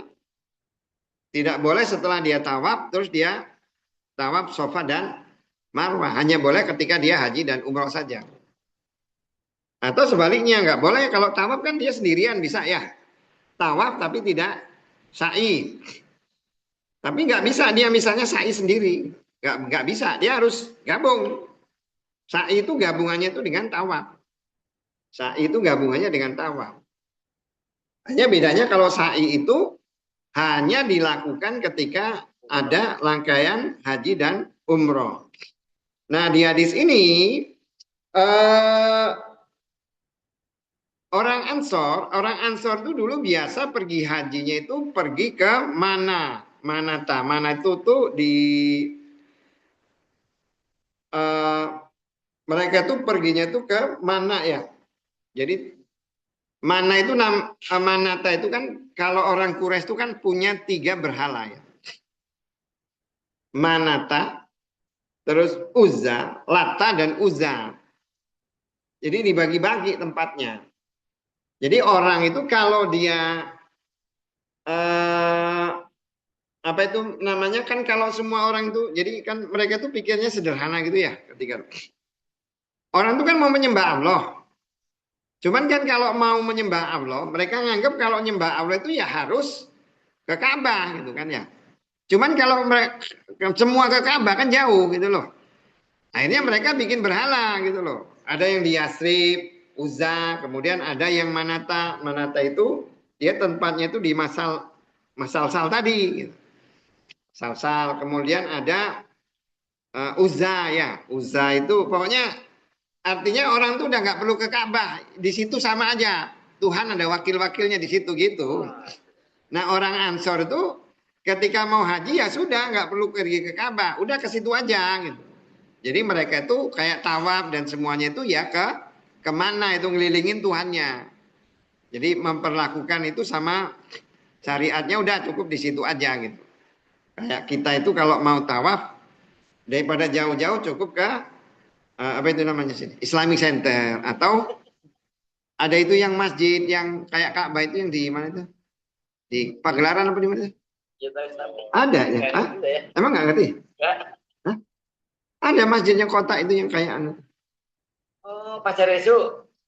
Iya sebelah sana itu kan ya. Ada itu Ka'bah, kayak Ka'bah persis kota. Ah, Iya kan. iya. Niatnya bagus tapi caranya mungkin nggak pas. Nah, jadi mereka melakukan itu gitu loh. Ada semacam kayak sa'i, tawaf gitu. Makanya ketika mereka itu diperintahkan untuk pergi haji, diperintahkan untuk pergi haji itu ya tufu fil bait kan untuk mereka itu tawaf di Ka'bah. Nah, mereka itu selama ini ketika mereka itu melakukan ibadah haji, sebelum datang Islam mereka itu ibadah hajinya itu ya tawaf terus sa'i. Orang Ansor menyatakan bahwa sa'i itu sama kayak tawafnya mereka itu di Manata itu juga. Mana itu sama, mereka juga sa'i juga kayak sa'i. Jadi mereka menganggap bahwa ini kok hampir sama dengan ibadah itu. Jadi seakan-akan mengingatkan mereka ketika mereka melakukan itu. Jadi mereka menganggap itu sesuatu yang tidak benar. Akhirnya mereka nggak mau gitu loh. Nggak mau sa'i antara Safa dan Marwah. Tapi ada juga golongan yang lain yang karena di Quran itu di awal tuh hanya diperintahkan tawaf di Ka'bah, tidak ada perintah sa'inya. Jadi mereka tuh nganggap ya berarti tidak perlu sa'i. Makanya turun ayat Faman hajjal baita au itimaro, barang siapa pergi haji atau umroh, fala junahaan tatawafa bainahuma. Tidak ada dosa. Tidak ada dosa itu kan maksudnya sebenarnya nggak masalah gitu loh. Apa yang kalian lakukan di zaman jahiliyah, yang kalian lakukan di zaman jahiliyah terus diulang pada masa Islam ya nggak ada masalah. Cuman bedanya kan kalau kamu tuh di masa jahiliyah kamu melakukan itu bukan karena Allah. Gitu. Nah karena dohirnya itu bahasa Quran itu seperti itu, orang yang tidak mengerti asal usul cerita itu tentu akan ngomongin bahwa oh tidak ada dosa itu berarti tidak wajib gitu kan ya. Sa'i itu berarti tidak wajib. Itulah pentingnya ketika kita itu menafsirkan Al-Quran itu dengan hadis gitu. Jadi harus baca hadisnya. Sama lah seperti kita itu apa itu namanya kosor ya, kosor sholat ya. Kosor sholat itu kan aslinya kan dalam perang kan tadinya kan. Dalam perang atau dalam perjalanan gitu. Tapi kemudian kok dalam kondisi bukan perang kok diperbolehkan. Ya itu keringanan yang diberikan oleh Allah. Itu adanya di hadis. Adanya di hadis. Nah itu timbulnya kesalahan tuh pemahaman itu seperti itu. Karena itu adalah syiar-syiar Allah. Dari apa itu namanya? Kalau kita lihat ya. Sebenarnya kan asal mula ibadah haji itu kan dari Nabi Ibrahim ya. Sama dari zaman dulu. Cuman ada beberapa aturan yang dia berubah-ubah. Yang sebenarnya dari zaman Ibrahim itu ya seperti itu. Tapi di jalan dia banyak berubah. Datang Nabi itu dibenarkan lagi kembali ke asal. Dan di hadis ini juga kita bisa menyimpulkan bahwa ketika ada aturan-aturan ya. Aturan-aturan yang sama dengan Islam. Aturan-aturan yang sama dengan Islam. Tapi itu misalnya dilakukan oleh orang di luar Islam. Kita tidak usah merasa segan. Yang penting itu diperbolehkan oleh Islam gitu. Jangan kita segan, oh ini enggak. Misalnya gitu yang tadi ya, oh ini buatan Yahudi, oh buatan anu. Nah yang penting boleh nggak menurut Islam? Kalau boleh ya sudah, nggak usah dipikirin mau itu dilakukan oleh orang Yahudi, oleh orang apa. Kalau itu dalam Islam tidak dilarang ya boleh. Kemudian ulama juga berpendapat bahwa aslinya gitu loh. Aslinya namanya ibadah itu kan ada perintah. Gitu. Aslinya ibadah itu perintah. Ketika tidak ada perintah itu kan berarti dianggapnya itu sesuatu yang boleh gitu. Kan aslinya segala sesuatu itu boleh. Segala sesuatu itu aslinya boleh kan. Kecuali yang dilarang. Ibadah berbeda dengan ibadah. Ibadah itu segala sesuatu itu dilarang kecuali yang disuruh kalau ibadah ya. Jadi kalau kita itu sholat tuh ya dilarang kecuali ada perintahnya. Ngapain kamu mau sholat apa gitu. Jadi awal itu ibadah itu sesuatu itu disebut ibadah itu kalau yang bentuknya ibadah rutin gitu ya. Itu aslinya itu segala sesuatu dilarang kecuali kalau dia disuruh. Jadi kayak sholat boleh, sholat boleh, tapi harus ada perintahnya. Nggak bisa kita sholat misalnya kita sholat maghrib 5 rakaat. Yang nyuruh siapa? Yang nyuruh siapa? Makanya nggak bisa kita tuh berinisiatif. Oh saya bikin inovasi mau bikin ibadah sendiri gitu kan ya. Kok misalnya gini, sholat kok cuma 5 ya. Oh yaudah kita bikin ngapain di tengah-tengah kita mau ngapain gitu kan jam 9. Udah kita bikin sholat baru gitu kan ya. Ya nggak bisa karena aslinya ibadah itu harus ada perintah. Nah sehingga ketika perintahnya itu hanya muncul tawaf di Ka'bah, orang-orang nggak mau, jadi nggak mau tawaf di Safa dan Marwah walaupun sudah pernah dilakukan. Nah, ketika mereka bertanya kepada Nabi, ya udah langsung turun ayat bahwa kamu tawaf Safa dan Marwah juga. Maksudnya bahasanya kan seperti itu. Hanya penekanannya dia lebih banyak menekankan kepada orang Ansor. Kalau yang ini kan memang tadinya melakukan. Yang berpendapat bahwa yang hanya mau tawaf aja karena nggak ada perintahnya sa'i kan tadinya melakukan tapi karena ada perintah hanya untuk Ka'bah mereka jadi nggak melakukan gitu kan ya. Tapi kalau Ansor ini kan memang nggak jadi mau melakukan karena mereka menganggap apa yang dilakukan itu sesuatu yang salah. Makanya ayat ini lebih menekankan kepada Ansor, nggak apa-apa kamu itu nggak masalah kamu tuh pernah tawaf di mana juga. Gak masalah itu kan kamu nggak tahu dulu kan bukan Islam kamu. Sekarang ketika kamu Islam, kamu melakukan itu kamu sama perbuatannya. Hanya ini karena mengikuti perintah Allah, perintah Allah. Jadi itu alasan apa itu namanya ini juga. Kemudian di dalam riwayat lain juga diceritakan bahwa mereka sebagian juga tidak mau tawaf di tidak mau sa'i antara Safa dan Marwah. Kita kan menyebutnya sa'i ya, sebenarnya ya tawaf ya, karena itu muter juga kan ya. Bolak-balik kan muter. Sa'i itu kan ya jalan. Makanya kalau namanya tawaf itu tawaf di Ka'bah dan tawaf Safa Marwah. Nggak disebut di Qur'annya itu, nggak disebut sa'i, sejujurnya tawaf. Karena tawaf itu muterin. Kan muter. Safa Marwah itu kan muter juga, sama, balik. Yang lain juga berpendapat bahwa mereka itu tidak mau tawaf di Safa Marwah karena di situ ada berhala Ishab dan Nailah ya, dua orang yang dia berzina dalam Ka'bah, kemudian oleh Allah dirubah jadi batu,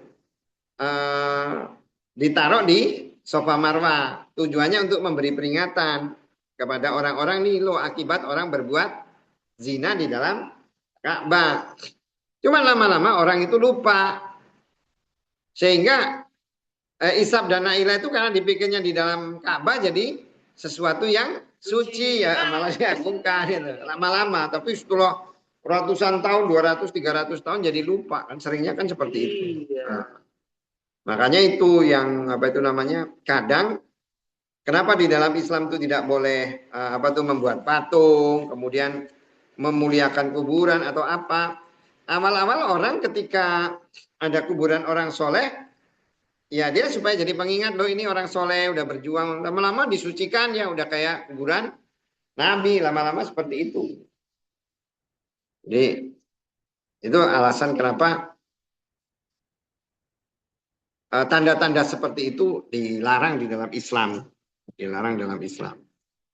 Makanya segala sesuatu ya kalau dia tidak ada perintah agamanya untuk memuliakan sebagus apapun tempat ya kita tidak memuliakan. Safa dan Marwah itu ya syiar-syiar Allah, kemudian Hajar Aswad, Rukun Yamani, itu semuanya syiar-syiar Allah yang harus memang kita muliakan.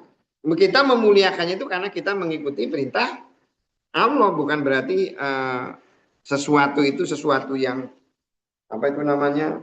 Apa itu namanya? Ya, bisa memberikan manfaat atau menyulitkan. Bab mak yang datang, mak yang ja'a datang fi di dalam syai. Ini udah zaman ya. Panjang ya.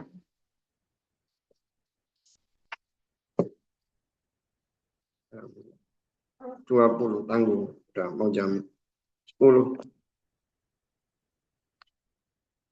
Hadisnya panjang nih. Tanggung. Yuk ada pertanyaan nggak? Jadi kalau yang bahasa Sorpa Marwa itu berlari-larinya mencari air hajar, Kenapa? ada di hadis ya. Kenapa? Kalau dulu di bahasa di agama SD SMP itu kan kalau sa'i itu adalah lari-larinya hajar kebingungan mencari air. Ya, ya itu kan awalnya sa'i itu ya, awalnya sa'i. Kan secara umum kan orang menyebutnya sa'i ya. Ya. Kalau Quran kan menyebutnya tawaf karena dia tawaf itu kan muter kan ngelilingi itu ya tawaf ya kan muter. Ya, kalau bahasa umumnya di hadis juga disebutnya sebagai sa'i, sofa marwah. Makanya kan di hadis berikutnya kan ada kan ya bab yang datang tentang sa'i antara sofa dan marwah. Nah, ibadah apa itu namanya tawaf sofa dan marwah itu sebagai bentuk penghormatan Allah kepada hajar. Perilaku hajar itu dijadikan salah satu bentuk ibadah gitu ya, sebagai salah satu bentuk ibadah. Makanya kalau bilang Islam itu menindas wanita itu dari mana ceritanya? Haji aja itu niru perilaku perempuan dijadikan salah satu contoh yang harus dilakukan gitu ya, harus dilakukan. Itu kan ketika apa itu namanya Hajar nyari air untuk anaknya Ismail, dia kan lari antara Sofa dan Marwah muter-muter 7 kali sehingga itu diabadikan oleh Allah itu sebagai salah satu apa itu namanya wajib haji ya, salah satu yang harus dilakukan oleh jemaah haji ketika mereka itu melaksanakan ibadah haji dan umroh ya, umroh.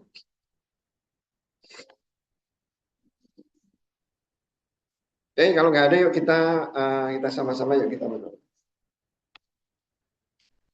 Amin amin ya rabbal alamin. Rabbana uzi'na naskura ni'mati allati an'amta 'alaina wa 'ala walidayna wa na'mal amalan sholihan tardah wa adkhilna bi rahmatika fi ibadikas sholihin. Rabbana fir lana dzunubana wa li walidayna wa li jami'il muslimina wal muslimat wal mu'minina wal mu'minat al ahya'i minhum wal amwat. Innaka qaribun mujibud da'wat ya qadiyal hajat. Rabbana inna nas'aluka huda wat tuqa wal afafa wal ghina. Rabbana inna na'udzubika min syarri nafsi was-syaitani was-sirki wal kufri wan nifaq wasul ahlak fi ahli wal mal. Rabbana inna na'udzubika min adzabi jahannam wa adzabil qabr. Rabbana ja'alna minas solihin wa ja'alna minal muttaqin wa ja'alna minal muqarrabin wa ja'alna minal mutawakkilin. Rabbana inna nas'alukal jannah wa ma qaraba ilaiha min qaulin aw amal wa na'udzubika min narika wa ma qaraba ilaiha min qaulin aw amal. Rabbana atina fid dunya hasanah wa fil akhirati hasanah wa qina adzabannar. Rabbana taqabbal minna innaka antas samiul alim. Walhamdulillahirabbil alamin. Allahumma shalli ala sayyidina. Semuanya ya, assalamualaikum warahmatullahi wabarakatuh. Waalaikumsalam.